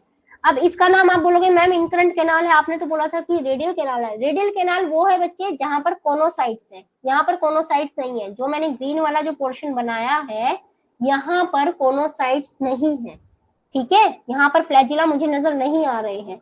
तो अभी पानी किधर पहुंचा है, अभी पानी ग्रीन वाले पोर्शन के अंदर पहुंच गया है इन करंट कैनाल के अंदर। अब यहाँ से पानी पहुंच रहा है इस ब्लू वाले पोर्शन के अंदर, ठीक है। अब ऐसा तो है नहीं कि सिर्फ यहीं पर रहेगा, यहाँ तक पूरा फैल जाएगा। तो जो ब्लू वाला पोर्शन है ये मैंने बनाया है रेडियल कैनाल, ठीक है। रुको, और ये जो येलो वाला पोर्शन है, सॉरी, जो येलो वाला पोर्शन है ये एक तरीके से डर्मल ओस्टियम है। जो ओस्टिया है, ओस्टिया का नाम ही यहाँ पर डर्मल ओस्टिया रख दिया है, ठीक है। और उसके बाद जो ये ग्रीन वाला जो पोर्शन है ये है यहाँ पर इन करंट कैनाल, ठीक है। अब रेडियल कैनाल से पानी को पहुंचना, अब पानी को बाहर निकलना है, तो अब मैं लेती हूँ पिंक कलर। जहां से पानी ये बाहर निकलेगा, जो मैंने पिंक कलर का बनाया है ना, ये है इसका एपोपाइल, ठीक है। जो पिंक कलर वाला जो पोर्शन है ये है बच्चे एपोपाइल। अब एपोपाइल से ये कहां पर पहुंचेगा, अब ये पहुंचेगा स्पोंजोसील के अंदर। पर स्पोंजोसील के अंदर कैसे पहुंचेगा, यहाँ पर एक और कैनाल प्रेजेंट होगी जिसका नाम होगा एक्सकरंट कैनाल, ठीक है। जैसे मान लीजिए यहाँ पर पहुंच गया, ये इसको देखती हूँ, एक मिनट, मैं आपको फिर से बता दूंगी एक बार और। ये मान लीजिए अब मैं यहाँ पर पिंक की बजाय नेक्स्ट वाला कलर लेती हूँ, रेड कलर। ये यहाँ पर अब जिसके अंदर आएगा वो यहाँ पर प्रेजेंट होगी एक्स करंट कैनाल, ठीक है। फिर एक्स करंट कैनाल की हेल्प लेके अब यहाँ पर भी कुछ ओस्टिया प्रेजेंट होंगे जिन्हें हम लोग बोलेंगे इनकरंट ओस्टिया। और फिर ये पानी पहुंच जाएगा हमारा स्पोंजोसील के अंदर, और स्पोंजोसील के अंदर पहुंचने के बाद ये ओस्कुलम से होता हुआ बाहर चला जाएगा, ठीक है। यानी यहाँ पर फर्स्ट स्टेप था मेरा डर्मल ओस्टिया वाला, मतलब आई थिंक अब आप लोगों को क्लियर हो गया होगा। अब मैं इसका एक बार फ्लो चार्ट आपको ड्रॉ करके दिखाती हूँ, कंफ्यूजिंग तो नहीं लगाना। देखो पानी आया ओस्टिया से, किस ओस्टिया से, डर्मल ओस्टिया से। डर्मल ओस्टिया से पहले वो पहुंचेगा इन करंट कैनाल के अंदर, ठीक है। इन करंट कैनाल बाहर की तरफ है, अभी अंदर की तरफ प्रेजेंट नहीं है। तो पहुंचा इनकरंट कैनाल के अंदर, इनकरंट कैनाल से वो पहुंचेगा रेडियल कैनाल के अंदर, और रेडियल कैनाल से वो यहाँ पर पहुंचेगा एक्सकरंट कैनाल के अंदर, एक्सकरंट कैनाल से पहुंचेगा स्पोंजोसील के अंदर, स्पोंजोसील से ऑस्क्यूलम, और ऑस्क्यूलम से क्लियर हो जाएगा बाहर। ठीक है, अब कैसे जाएगा लिखती हूँ मैं, इस पेज पे आएगा नहीं आएगा, चलो कोशिश करती हूँ। ठीक है, इन करंट कैनाल पर पहुंच गया डर्मल ओस्टिया की मदद लेके। ठीक है, अब उसको मैंने आपको बताया इन करंट कैनाल से वो पहुंचता है बच्चे रेडियल कैनाल पर। ठीक है, मैंने आपको बताया इन करंट कैनाल से वो पहुंचता है, रुको, हाँ जी, यहाँ पर वो पहुंचता है रेडियल कैनाल के अंदर। ठीक है, अभी सिर्फ इतना लिखती हूँ, अभी ये इनकरंट कैनाल से पहुंचा रेडियल कैनाल के अंदर। अब रेडियल कैनाल से वो पहुंचेगा किसके अंदर, एक्सकरंट कैनाल के अंदर, वो पहुंचेगा यहाँ पर रेडियल कैनाल से एक्सकरंट कैनाल के अंदर, और एक्सकरंट कैनाल से अब ये पहुंचेगा स्पोंजोसील के अंदर। स्पोंजोसील का मैंने एक और नाम बताया था, क्या नाम था, टाइप करो। उसके बाद स्पोंजोसील से ये पहुंचेगा ऑस्क्यूलम के पास। ठीक है, और ऑस्क्यूलम से इस पानी को बाहर भगा दिया जाएगा। ठीक है, इतनी बातें समझ में आ गई। अब आप बोलो ठीक है मैम समझ में आ गया। अब यहाँ पर क्या है, सिर्फ इतना स्ट्रक्चर नहीं है, कुछ सेल्स भी प्रेजेंट है। ठीक है, अब उन सेल्स के नाम क्या है। जब ये इनकरंट कैनाल से रेडियल कैनाल के अंदर आता है तो यहाँ पर जो प्रेजेंट है वो है बच्चे प्रोजोपाइल। ठीक है, वो है यहाँ पर प्रोजोपाइल। उसके बाद ये रेडियल कैनाल से एक्सकरंट कैनाल के अंदर जब आता है तो यहाँ पर जो सेल्स प्रेजेंट है वो है एपोपाइल। ठीक है, उसके बाद ये एक्सकरंट कैनाल से स्पोंजोसील के अंदर जब आता है तो यहाँ पर जो प्रेजेंट होता है उसे हम लोग बोलते हैं इनकरंट ओस्टिया। ठीक है, इसे हम लोग नाम देते हैं इनकरंट ओस्टिया। ठीक है, अब जो ये इनकरंट कैनाल है, आप बोलोगे मैम ठीक है इनकरंट कैनाल है, यहाँ पर किस टाइप के सेल्स हैं। अगर आपसे एग्जाम में मान लीजिए एनाटॉमी पूछ ली थोड़ी बहुत, तो आप क्या बोलोगे, जो इनकरंट कैनाल है ये क्या है, ये एक पिनेकोडर्म का ही पार्ट है बच्चे। पिनेकोडर्म के अंदर जो पॉलीगोनल सेल्स प्रेजेंट है, पॉलीगोनल फ्लैट सेल्स पिनेकोडर्म, उन्हीं को हम लोग इनकरंट कैनाल बोल रहे हैं। ठीक है, यानी जो आपने अभी इनकी लेयर पढ़ी है ये वही लेयर है, उन्हीं लेयर के अंदर ये चीजें प्रेजेंट है। ठीक है, अब रेडियल कैनाल जो है यहाँ पर कौन से वाले सेल्स प्रेजेंट है बच्चे, कोनोसाइट बार बार बोल रही हूँ। तो यहाँ पर जो प्रेजेंट है ये है, ये किसने बनाया, ये बनाया कोनोसाइट्स फ्लैजिलेटेड सेल्स ने। ठीक है, कोनोसाइट फ्लैजिलेटेड सेल्स ने बनाया इसको। ठीक है, क्लियर हुआ आप लोगों को।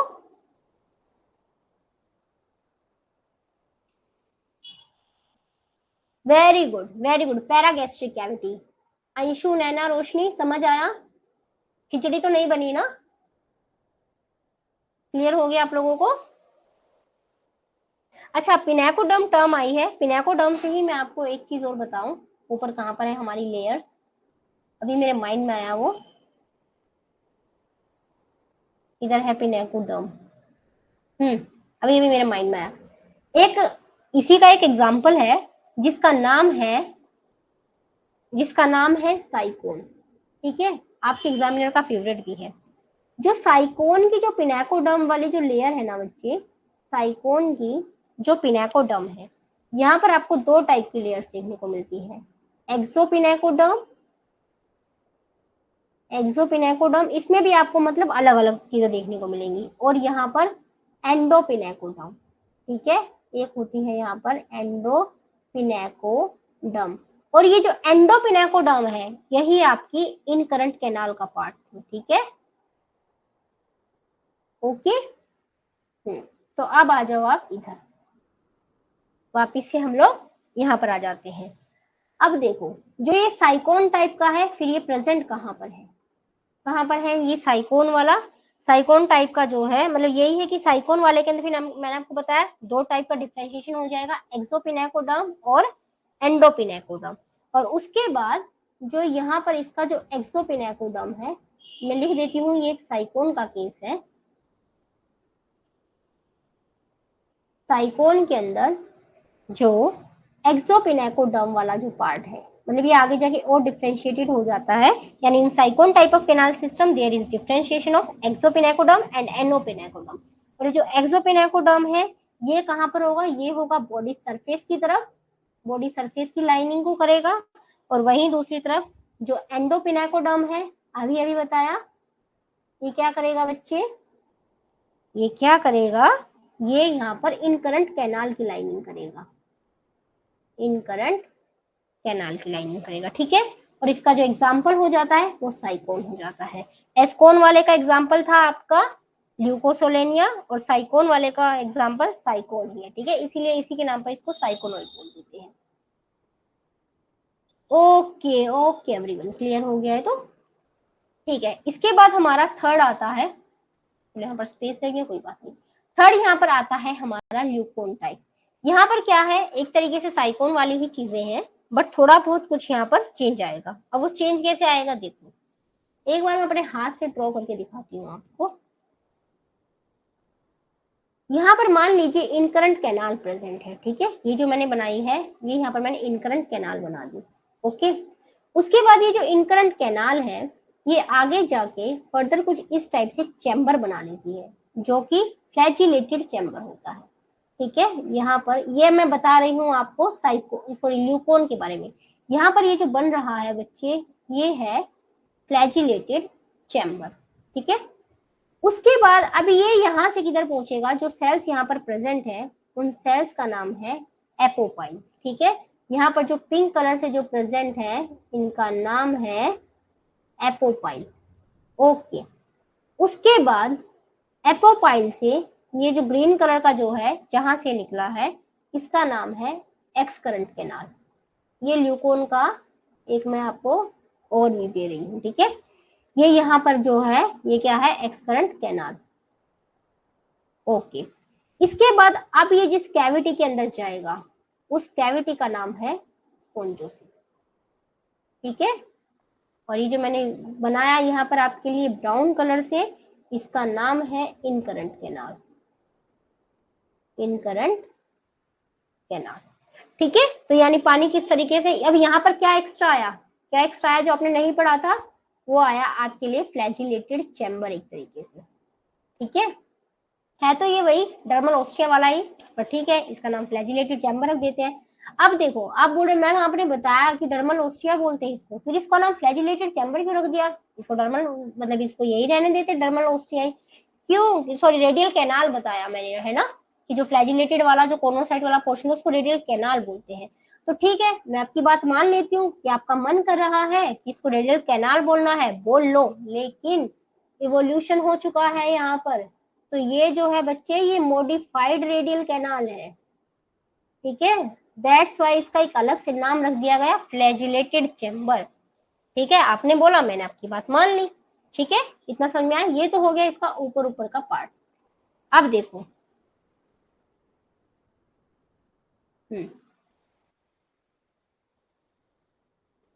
हाँ जी, तो क्या है, ये हमारा कॉम्प्लेक्स होता है, ठीक है।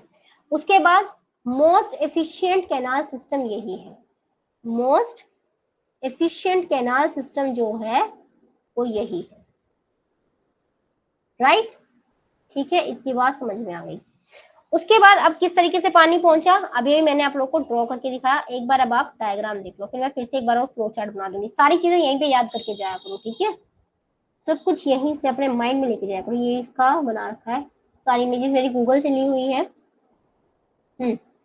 ऑस्कुलम से यहाँ पर इसने एंट्री ली, ठीक है, ऑस्कुलम से नहीं सॉरी ओस्टियम से, ओस्टिया या ओस्टियम बोल लीजिए, ओस्टिया आई थिंक हम प्लूरल के लिए यूज कर लेते हैं, ओस्टियम हम लोग सिंगुलर के लिए यूज करते हैं। ये देखो पानी की एंट्री हो चुकी है, यहाँ से पानी की एंट्री हो चुकी है।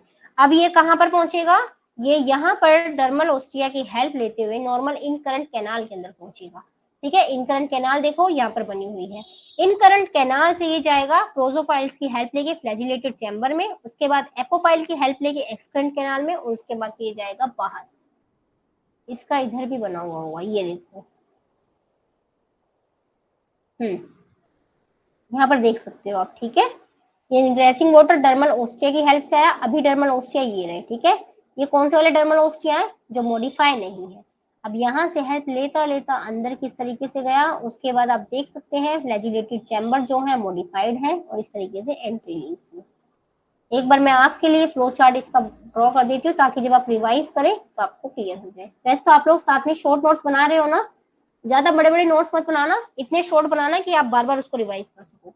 सबसे पहले पानी आया, इनग्रेसिंग वाटर, डर्मल ओस्टिया की हेल्प लेते हुए ये पानी पहुंचा आपका डर्मल ओस्टिया की हेल्प लेते हुए पानी पहुंचा इन करंट कैनाल के अंदर। ठीक है, इन करंट कैनाल से अब इसको पहुंचना है फ्लैजिलेटेड चैम्बर के अंदर, इसे पहुंचना है फ्लैजिलेटेड चैम्बर के अंदर। फ्लैजिलेटेड चैम्बर क्या है, मॉडिफाइड रेडियल कैनाल। और कैसे पहुंचेगा इसके पास, प्रोसोपाइल की हेल्प से। सेल्स के नाम वही है, रिश्ता वही, नाम नहीं। ठीक है, फ्लैजिलेटेड चैम्बर। फ्लैजिलेटेड चैम्बर से अब ये कहां पर जाएगा, अब ये जाएगा एक्स करंट कैनाल के अंदर। ठीक है, और यहाँ पर ये कैसे जाएगा, यहाँ पर ये एपोपाइल की हेल्प से जाएगा। अब एक्स करंट कैनाल से होते हुए ये पहुंचेगा आपके ऑस्क्यूलम के अंदर और ऑस्क्यूलम से ये पानी पहुंच जाएगा बाहर। ठीक है, यहाँ पर आपको क्या याद रखना है, सिर्फ फ्लैजिलेटेड चैम्बर याद रखना है। अब ये कॉम्प्लेक्सिटी क्यों देखने को मिली कैनाल सिस्टम की, फिर से आपको एक असर्शन रीजनिंग का पार्ट बता रही हूँ। असर्शन क्या है कि जो कॉम्प्लेक्सिटी होती है इस कैनाल सिस्टम, यानी leucon is the complex canal system, बिल्कुल सही बात है। यानी मैं असर्शन आपको दे देती हूँ, ल्यूकोन इज द, ल्यूकोनोइड लिख लीजिए, is the complex canal system. ठीक है, ये मैंने आपको दे दिया असर्शन। अब मैं आपको रीजन क्या दे रही हूं, मैं रीजन दे रही हूं ल्यूकोन का जो कैनाल सिस्टम है is due to the thickening of wall लिखना चाह रही हूं मैं। ठीक है, या मैं ये लिख सकती हूँ, हाँ, leucon canal system, canal system, pen नहीं चल रहा मेरा, एक मिनट, हाँ, leucon canal system consist of, thick wall कर देती हूँ। ठीक है, कंसिस्ट ऑफ थिक वॉल्स। अब देखो ए भी करेक्ट है, आर भी करेक्ट है, और आर जो है वो ए का करेक्ट रीजन भी है। ठीक है, यानी the complexity of canal system is due to thickening of wall, that is. अब थिकनिंग क्यों हुई होगी, अगर मान लीजिए उनका मन किया कि ए तो सबको पता है, इसको और करना चाहूं, मान लीजिए जो ये आर था उस आर को ए बना दिया उन्होंने कि वॉल थिक होती है, और अब वो आर दे दे आपको कि यहाँ पर आपको एक्सेस ऑफ मीजेनकाइम देखने को मिलता है। बिल्कुल सही बात है, मीजेनकाइम बहुत ज्यादा देखने को मिलता है, दैट्स वाई यहाँ पर हमें इसकी थिकनिंग देखने को मिलती है। ठीक है, ये हो गया इसका एक असर्शन रीजनिंग टाइप। अब आप इसके लिए एक स्टेटमेंट लिख लीजिए, जो मैं मतलब जो आप पढ़ो और आपको याद रहे। कॉम्प्लेक्स, क्योंकि क्या होता है ना कि आपको पता होता है ए करेक्ट है, आर करेक्ट है, बट वो जब ये पूछता है ना, R is the correct explanation of A, R is not correct explanation of A, यहाँ पर आप उलझ जाते हो। ठीक है, प्रैक्टिस करके जाना आपकी बार असर्शन रीजनिंग की। तो मैं यहाँ पर एक लाइन लिख रही हूँ, the complexity of canal system, the complexity of canal system is due to thickening of wall. ठीक है, यहाँ पर due to thickening of wall. अभी थिकनिंग ऑफ वॉल क्या है, that is excess of mesenchyme. ठीक है, that is excess of mesenchyme. और अगर हम इसके एग्जाम्पल की बात करें, किसके अंदर मिलता है ये ल्यूकोन वाला, तो ये मिलता है हमारे स्पोंजिला के अंदर। ठीक है, ओके। उसके बाद रेगोन, रेगोन जो है कॉम्प्लिकेटेड तो है थोड़ा सा, बट एग्जाम में इससे ज्यादा क्वेश्चन नहीं आते। ठीक है, नॉट मोस्ट इंपोर्टेंट, इसके कुछ कुछ पॉइंट्स बता देती हूँ, बस वो याद कर लेना। ठीक है, देखो क्या होता है, एक ऑर्गेनिज्म है बड़ा ही प्यारा सा, जिसका नाम है डेस्मोस्पोंजिया। ठीक है, ये जो ये डेस्मोस्पोंजिया है, इसी को ल्यूकोनॉइड कंडीशन भी बोला जाता है। ठीक है, मतलब नहीं, सॉरी, डेस्मोस्पोंजिया को नहीं, डेस्मोस्पोंजिया के अंदर आपको ये ल्यूकोन वाला देखने को मिलेगा, ठीक है। जो डेस्मोस्पोंजिया है इसके अंदर अभी अभी जो आप ऊपर पढ़कर आए, आपको यहाँ पर ल्यूकोनोइड कैनाल सिस्टम देखने को मिलेगा, ठीक है। बट जो डेस्मोस्पोंजिया है, जब ये एडल्ट था, मतलब एडल्ट बनेगा, जब यहाँ पर ल्यूकोनोइड आएगा। बट जब ये लार्वा था, जब इसकी लार्वल फॉर्म थी, यहाँ पर जो देखने को मिलता है वो रेगोन मिलता है। और रेगोन जो है वो स्पॉन्जिस के बच्चों के अंदर ही देखने को मिलता है। इनकी जो लार्वल वाली स्टेज है, इनके अंदर ही आपको रेगोन वाला कैनाल सिस्टम देखने को मिलता है। ओके, यानी आप बोल सकते हो the canal system of rhagon larva don't occur in adult stage. Adult stage के अंदर नहीं जाएगा, जैसे ही वो लार्वा बड़ा हो जाएगा तो वो वहां पर उसके अंदर ल्यूकोन वाला चला जाएगा। अब यहाँ पर क्या कैरेक्टर है, क्या रेगोन के अंदर होता है, तो सबसे खास बात जो यहाँ पर होती है उसका नाम है हायोफोर, ठीक है। आपको यहाँ पर याद रखना है हायोफोर। हायोफोर क्या है, एक ब्रॉड बेस होता है, ठीक है। रेगोन के अंदर हमें ब्रायो मतलब ब्रॉड बेस देखने को मिलता है जिसका नाम होता है हायोफोर, ठीक है। और उसके बाद यहाँ पर आपको स्पोंजोसिल बहुत सारा देखने को मिलता है, यानी आप बोल सकते हो स्पेशियस स्पोंजोसिल आपको देखने को मिलता है, ठीक है। अब यहाँ पर क्या फ्लो चार्ट होगा पानी का, देखो ओस्टिया के पास पानी आया, ठीक है। ओस्टिया के पास क्या मतलब, ये तो पानी में रह रहे हैं तो पानी की कमी है नहीं। ओस्टिया से पानी जाता है यहाँ पर सब डर्मल स्पेसीज के अंदर, ठीक है। डर्मल थी आपकी आउटर लेयर, और सब डर्मल स्पेसीज उसके नीचे जो स्पेस प्रेजेंट है, ठीक है। सब डर्मल स्पेसीज, सब डर्मल स्पेसीज से ये होते हुए जाता है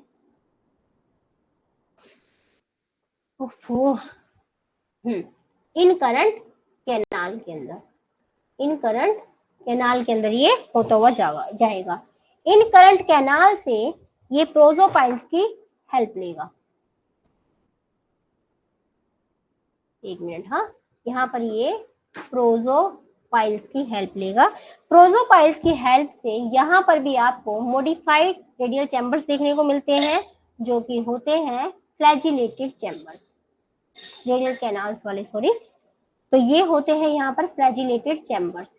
यहाँ पर पहुंचेगा पानी, उसके बाद फ्लैजिलेटेड चैम्बर से ये एपोपाइल की हेल्प लेते हुए, एपोपाइल की हेल्प लेते हुए ये जाएगा एक्सटर्नल कैनाल के पास। एक्सटर्नल कैनाल से होते हुए ये पानी पहुंचेगा आपका स्पोंजोसील के पास, और स्पोंजोसील से होते हुए ये जाएगा ऑस्क्यूलम के पास, और ऑस्क्यूलम से ये जाएगा बाहर की तरफ, ठीक है। इस तरीके का इसका फ्लो चार्ट हो जाएगा आपका। ये आप डायग्राम देख सकते हैं, एक मिनट, ये मैंने यहाँ से लिया है, जो मैं आपको बुक बता रही थी ना, पीएस वर्मा और ईएल जॉर्डन, वहां से लिया है। मैं आपको फिर से बुक के नाम बता देती हूँ, कोटपाल या फिर हमारी पीएस वर्मा या ईएल जॉर्डन वाली बुक, ठीक है। आप वहां से कर सकते हो चीजें। ये देखिए यहाँ पर ये पानी की एंट्री दिखाई गई है कि किस तरीके से, ये देखो ये जो इसका बेसल पार्ट है ना, इसी का नाम क्या है, हायोफोर, इसी को बोला जाता है हायोफोर, ठीक है। इस तरीके से देखो पानी यहाँ पर कैसे एंट्री ले रहा है। ये वाला जो है ब्लैक कलर, ये किसको शो किया इन्होंने, ये इन्होंने आई थिंक एपोपाइल बना रखे हैं। तो यहाँ पर ब्लैक कलर के बीच में जो स्पेस है ये इन्होंने एपोपाइल बना रखा है, ठीक है। आई थिंक क्लियर हो गया होगा। यहाँ पर खत्म होता है इसका कैनाल सिस्टम, ठीक है। यहाँ पर खत्म होता है इसका कैनाल सिस्टम। इससे ज्यादा आपको इसके अंदर पढ़ने की कोई जरूरत है नहीं। किसी को कोई डाउट हो तो आप पूछ सकते हैं, ठीक है। इसके बाद हम लोग 4-5 लाइन का इसका डाइजेशन पढ़ते हैं। अगर कोई डाउट हो तो आप पूछ सकते हैं, क्योंकि आई थिंक आज के लिए फिर काफी हो जाएगा ये, ठीक है।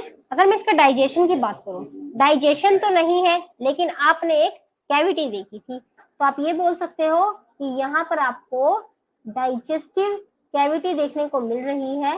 बट यहाँ पर क्या आपने माउथ देखा है, नहीं, माउथ जो है वो एब्सेंट है। और आप कृपया करके ऑस्कुलम को तो माउथ मत बता देना, ठीक है।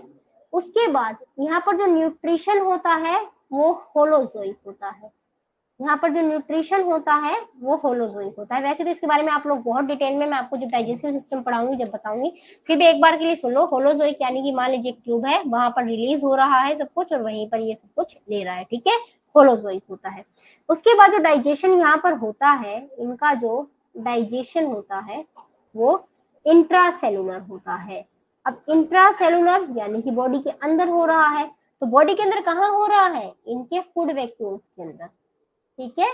यानी आप बोल सकते हो digestion inside the food vacuoles, यहाँ पर आपको देखने को मिलता है, और इंट्रासेलुलर देखने को मिलता है। उसके बाद आप इन्हें फिल्टर फीडर बोल सकते हो। फिल्टर फीडर समझते हो, जो दिल करेगा बस वही चीजें खाएंगे, गिनी चुनी चीजें खाएंगे। ऐसा नहीं है कि आपने इसको जो दे दिया वही खा लेंगे, ऐसा नहीं है समुद्र में जो मिल गया वही खा लेंगे, ना जी, बहुत नखरे हैं इनके, ठीक है, आपसे भी ज्यादा नखरे हैं इनके। तो फिल्टर फीडर होते हैं, ठीक है। तो आप बोलोगे मैम ठीक है, फिर खाएंगे क्या, क्या खाना है इनको, इनको खाना या तो आप बैक्टीरिया की फॉर्म में दो, या तो आप बैक्टीरिया दो इनको, या फिर आप इनको प्रोटिस्टा दो, ठीक है, या फिर इनको प्रोटिस्टन्स दो। ये सिर्फ इन्हीं को खाएंगे और किसी को नहीं खाएंगे, ठीक है। और इनका जो स्केलेटन है, जिसके बेसिस पर ये बेचारे खड़े हुए थे, उसके बारे में थोड़ा सा सुन लो। स्केलेटन क्या है, इनका जो स्केलेटन होता है बच्चे, ये मेनली किस चीज से मिलकर बनता है, दो टाइप की चीजें हैं, ठीक है, स्पेक्यूल्स या स्पॉन्जिन फाइबर्स। यानी आप बोल सकते हो इनका जो स्केलेटन है, it is made up of spicules और स्पॉन्जिन फाइबर्स, ठीक है, और स्पॉन्जिन फाइबर्स। अब ये जो स्पेक्यूल्स है, ये किससे मिलके बने हैं, तो spicules are made up of either calcium carbonate, ये पूछा जाता है, ठीक है, या तो कैल्शियम कार्बोनेट से मिलके बने हैं या फिर सिलिका से मिलके बने हैं, ठीक है। अब अगर कैल्शियम कार्बोनेट से मिलकर बने हैं, अगर मान लीजिए इनके स्पेक्यूल्स कैल्शियम कार्बोनेट से मिलकर बने हैं, तो उसके लिए आप एक टर्म यूज करते हो, कैल्शियस स्पेक्यूल्स, ठीक है, कैल्शियस spicules.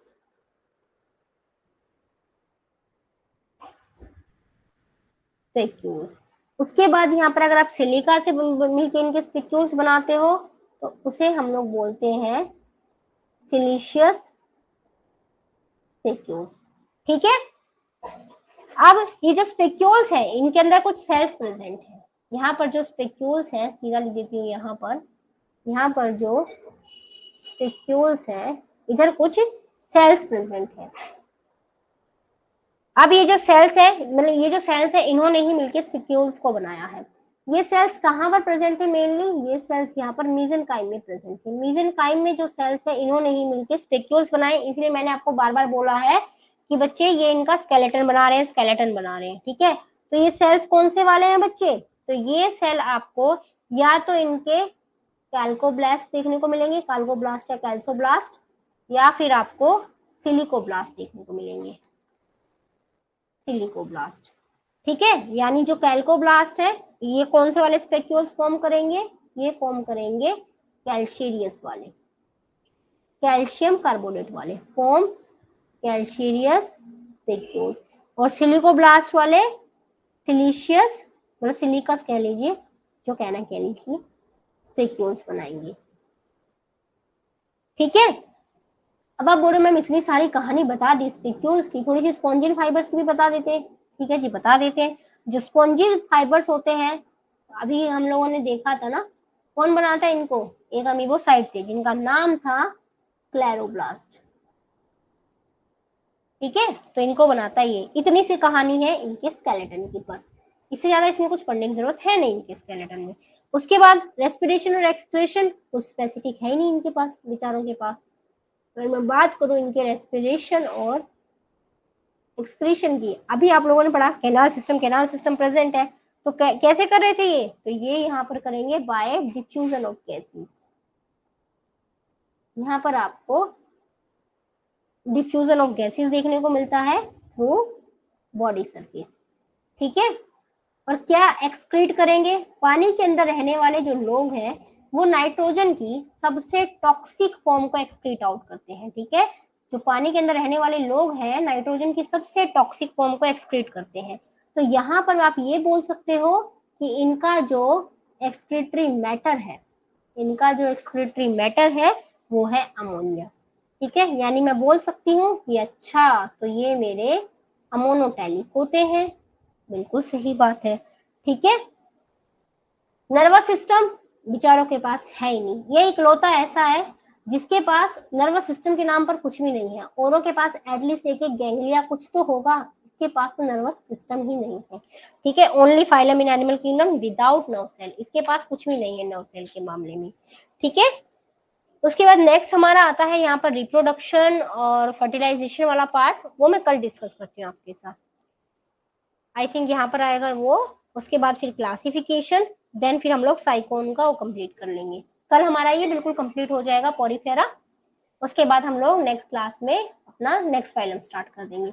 Okay, thank you so much for attending this session.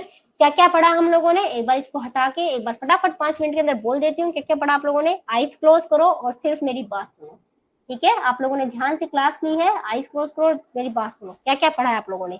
मैंने आपको बताया पोरिफेरा के अंदर लगभग 15,000 के करीब स्पीशीज इस टाइम पर डिस्कवर हो चुकी हैं। स्पॉन्जीज आते हैं, पोरस बॉडी होती है, एक्सक्लूसिवली मरीन होते हैं स्पोंजिला के अलावा। ठीक है, जनरल कैरेक्टर्स की बात करूं तो जनरल कैरेक्टर्स में मैंने आपको 2 दिन साइंटिस्ट के नाम बताए। एलियस ने ये प्रूव किया था कि एनिमल्स हैं। उसके बाद फिर रॉबर्ट ब्रैंड ने इनका नाम पोरिफेरा रखा।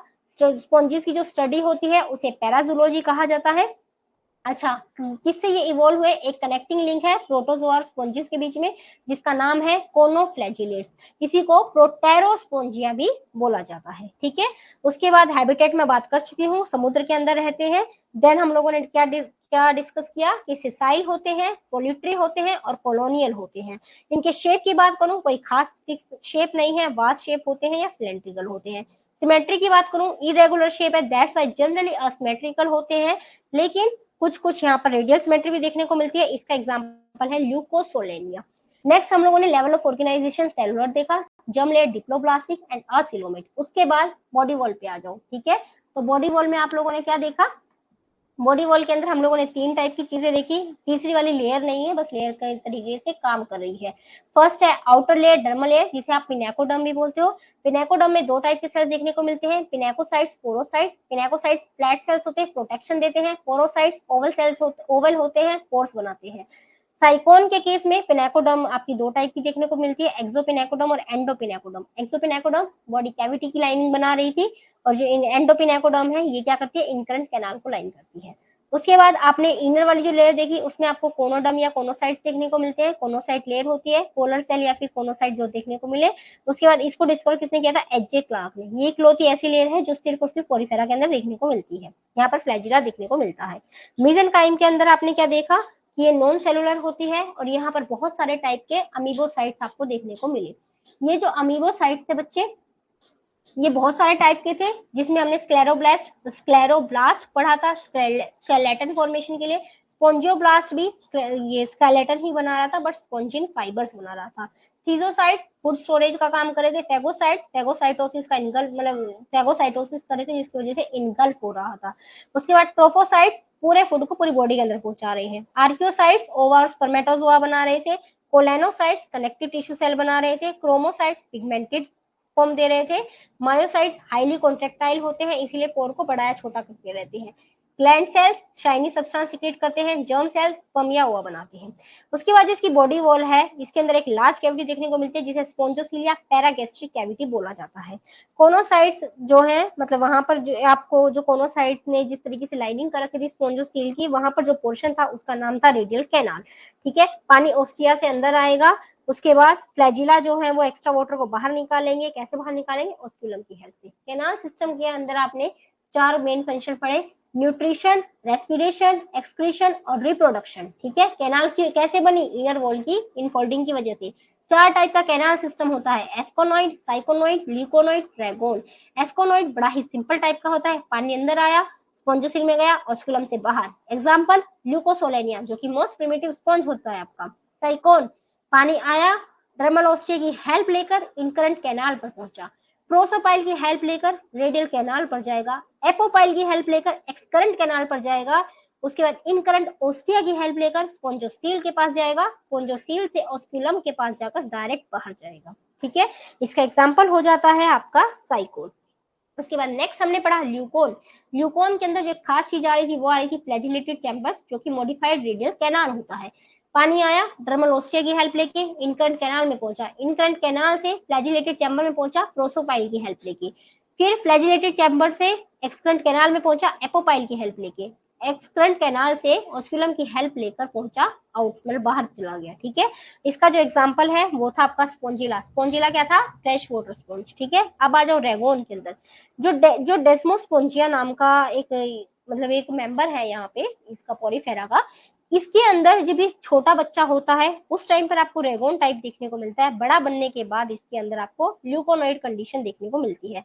यानी रेगोन आप ये बोल सकते हो, अगर आपसे एग्जाम में पूछा जाए कि कौन सी वाले कैनाल सिस्टम जनरली आपको लार्वल फॉर्म के अंदर देखने को मिलता है, तो वो होता है रेगोन। ठीक है, रेगोन या रेगन जो बोलना है, यानी एडल्ट के अंदर आपको देखने को नहीं मिलता। यहाँ पर क्या खास चीज है, एक ब्रॉड बेस देखने को मिला था, हायोफोर जिसका नाम था, और स्पेशियस स्पोंजोसिल देखने को मिला।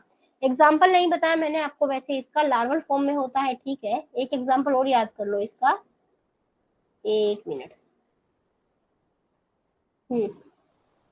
रेगोन का एक अगर मैं आपको एग्जाम्पल बताऊं, इससे क्वेश्चन आता है, इस एग्जाम्पल को जैसे दे देगा आपसे और पूछ लेगा। क्या एग्जाम्पल था इसका? क्लियोना करके नाम है कुछ, अभी मेरे माइंड में यही आ रहा है, आई थिंक यही है, क्लियोना ही है। ठीक है, हटाओ इसको, फिर से आइज क्लोज करो और मेरी बात सुनो। क्लियोना के अंदर ही आपको देखने को मिलता है। यहाँ पर क्या हुआ, ओस्टिया से सबडर्मल स्पेस के अंदर आएगा, सबडर्मल स्पेस से इनकरेंट कैनाल, फिर प्रोसोपाइल की हेल्प लेके फ्लैजिलेटेड चैम्बर, एपोपाइल की हेल्प लेके एक्सटर्नल कैनाल, स्पोंजोसिल से ऑस्कुलम, ऑस्कुलम से बाहर। डाइजेशन की बात करूं, digestive cavity present, sorry digestive cavity absent बोलोगे बच्चे यहाँ पर, क्योंकि वो कैविटी बिल्कुल प्रॉपर डाइजेस्टिव कैविटी नहीं है। आई थिंक मैंने आपको प्रेजेंट बोल दिया ना, यहाँ पर डाइजेस्टिव कैविटी एब्सेंट है। वो जो कैविटी है वो तो वाटर के लिए है। ठीक है, तो डाइजेस्टिव कैविटी और माउथ यहाँ पर एब्सेंट है, लेकिन न्यूट्रिशन जरूर होता है, होलोसोइक होता है। ठीक है, बॉडी सरफेस से अपना न्यूट्रिशन वगैरह कर लेता है। डाइजेशन यहाँ पर आपको इंट्रासेलुलर देखने को मिलता है, फूड वैक्यूल के अंदर आपको देखने को मिलता है। ठीक है, और उसके बाद फिल्टर फीडर होते हैं, यानी खाना छाट छाट के खाएंगे, या तो बैक्टीरिया खाएंगे, प्रोटिस्टा खाएंगे। स्केलेटन स्पिक्यूल्स या स्पोंजिन फाइबर से मिलकर बनता है, जो कि आपके जो स्पिक्यूल्स होते हैं या तो कैल्शियम कार्बोनेट से मिलकर बनेंगे, या सिलिका से, कैल्शियम वाले कैल्शियरियस स्पिक्यूल, जहां पर कौन से सेल्स है, कैल्कोब्लास्ट। सिलिशियस स्पिक्यूल यानी कि सिलिका से मिलकर बने हैं, कौन से सेल्स ने बनाया इसको, सिलिकोब्लास्ट ने। स्पोंजिन फाइबर को किसने बनाया, स्क्लेरोब्लास्ट ने। उसके बाद रेस्पिरेशन और एक्सक्रीशन की बात करूं, नॉर्मली गैसेस का डिफ्यूजन हो जाता है बॉडी सरफेस के थ्रू। एक्सक्रीटरी मैटर है अमोनिया, इसलिए बेचारे अमोनोटेलिक है। नर्वस सिस्टम, बेचारों के पास दिमाग ही नहीं है, नर्वस, इसलिए इनका जो नर्वस सिस्टम है वो है नहीं। ठीक है, उसके बाद मैंने आपको थोड़ा इनका रिप्रोडक्शन नहीं बताया। वैसे ये हर्माफ्रोडाइट होते हैं। हर्माफ्रोडाइट का क्या मतलब होता है, एक ही बॉडी के अंदर मेल फीमेल दोनों होते हैं। ठीक है, चलो ठीक है, ये सारी चीजें बाद में डिस्कस करेंगे कल। Thank you so much everyone for attending this session. I hope आप लोगों को चीजें क्लियर हो गई होंगी। और कुछ भी लगे आपको कि कुछ पैटर्न में चेंज होना चाहिए पढ़ने में, मान लीजिए आपको प्रेजेंटेशन से पढ़ना है या प्रेजेंटेशन से नहीं पढ़ना है, या स्पीड स्लो लग रही है, कुछ भी है, आप प्लीज कमेंट करना। ठीक है, मुझे बता देना अगर आपको कुछ चेंज लगे तो, नहीं तो कोई बात नहीं। ठीक है, okay, thank you so much everyone for attending this session. Okay, आप लोगों को कुछ नया भी सीखने को मिलता है या सब कुछ पहले से पढ़ा हुआ है? ये तो नहीं लगता कि मैम वही पुरानी बातें बता रही हैं? एक बार ये और बता दो मुझे, क्योंकि अगर आपको ऐसा लगता है तो फिर मैं पढ़ाने का कोई मतलब नहीं है। ऐसा तो नहीं लगता ये सब तो पहले से ही पता था, कुछ 1-2% नया लगता हो? ऐसा है ना, डाइवर्सिटी में मैं आपको बिल्कुल डिटेल में नहीं लेके जा सकती, क्योंकि मुझे चलो असिस्टेंट प्रोफेसर का एग्जाम देना है, आपको तो वो भी नहीं देना है। अच्छा, काफी कुछ नया, ओके अंशु, फिर ठीक है। ठीक है, अगर आपका और भी ज्यादा मन करे, अच्छा सब नया लगता है चलो फिर तो अच्छी बात है, फिर अच्छी बात है, फिर तो मेरे लिए बहुत अच्छी बात है अगर आप लोग को ऐसा कुछ लगता है तो फिर भी अगर किसी का और ज्यादा मन करे, कोटपाल उठा लेना, या फिर आपकी एस चांद पब्लिकेशन वाली बुक उठा लेना। Okay, bye bye, thank you so much, all the best, पढ़ते रहना। ओके नैना, थैंक यू बच्चे, बस मजा आना चाहिए आपको, आप लोग पढ़ते रहिए बस, और क्लासेस अटेंड करते रहिए। कल फिर हम लोग कल भी क्लास कर लेंगे शाम को 6 बजे। अगर आपको लगे कि कल क्लास नहीं ले पाएंगे तो आप मेरे पास मैसेज कर देना। ठीक है, चलो ग्रुप में डिस्कशन कर लेंगे इस बारे में। Okay, okay, bye bye.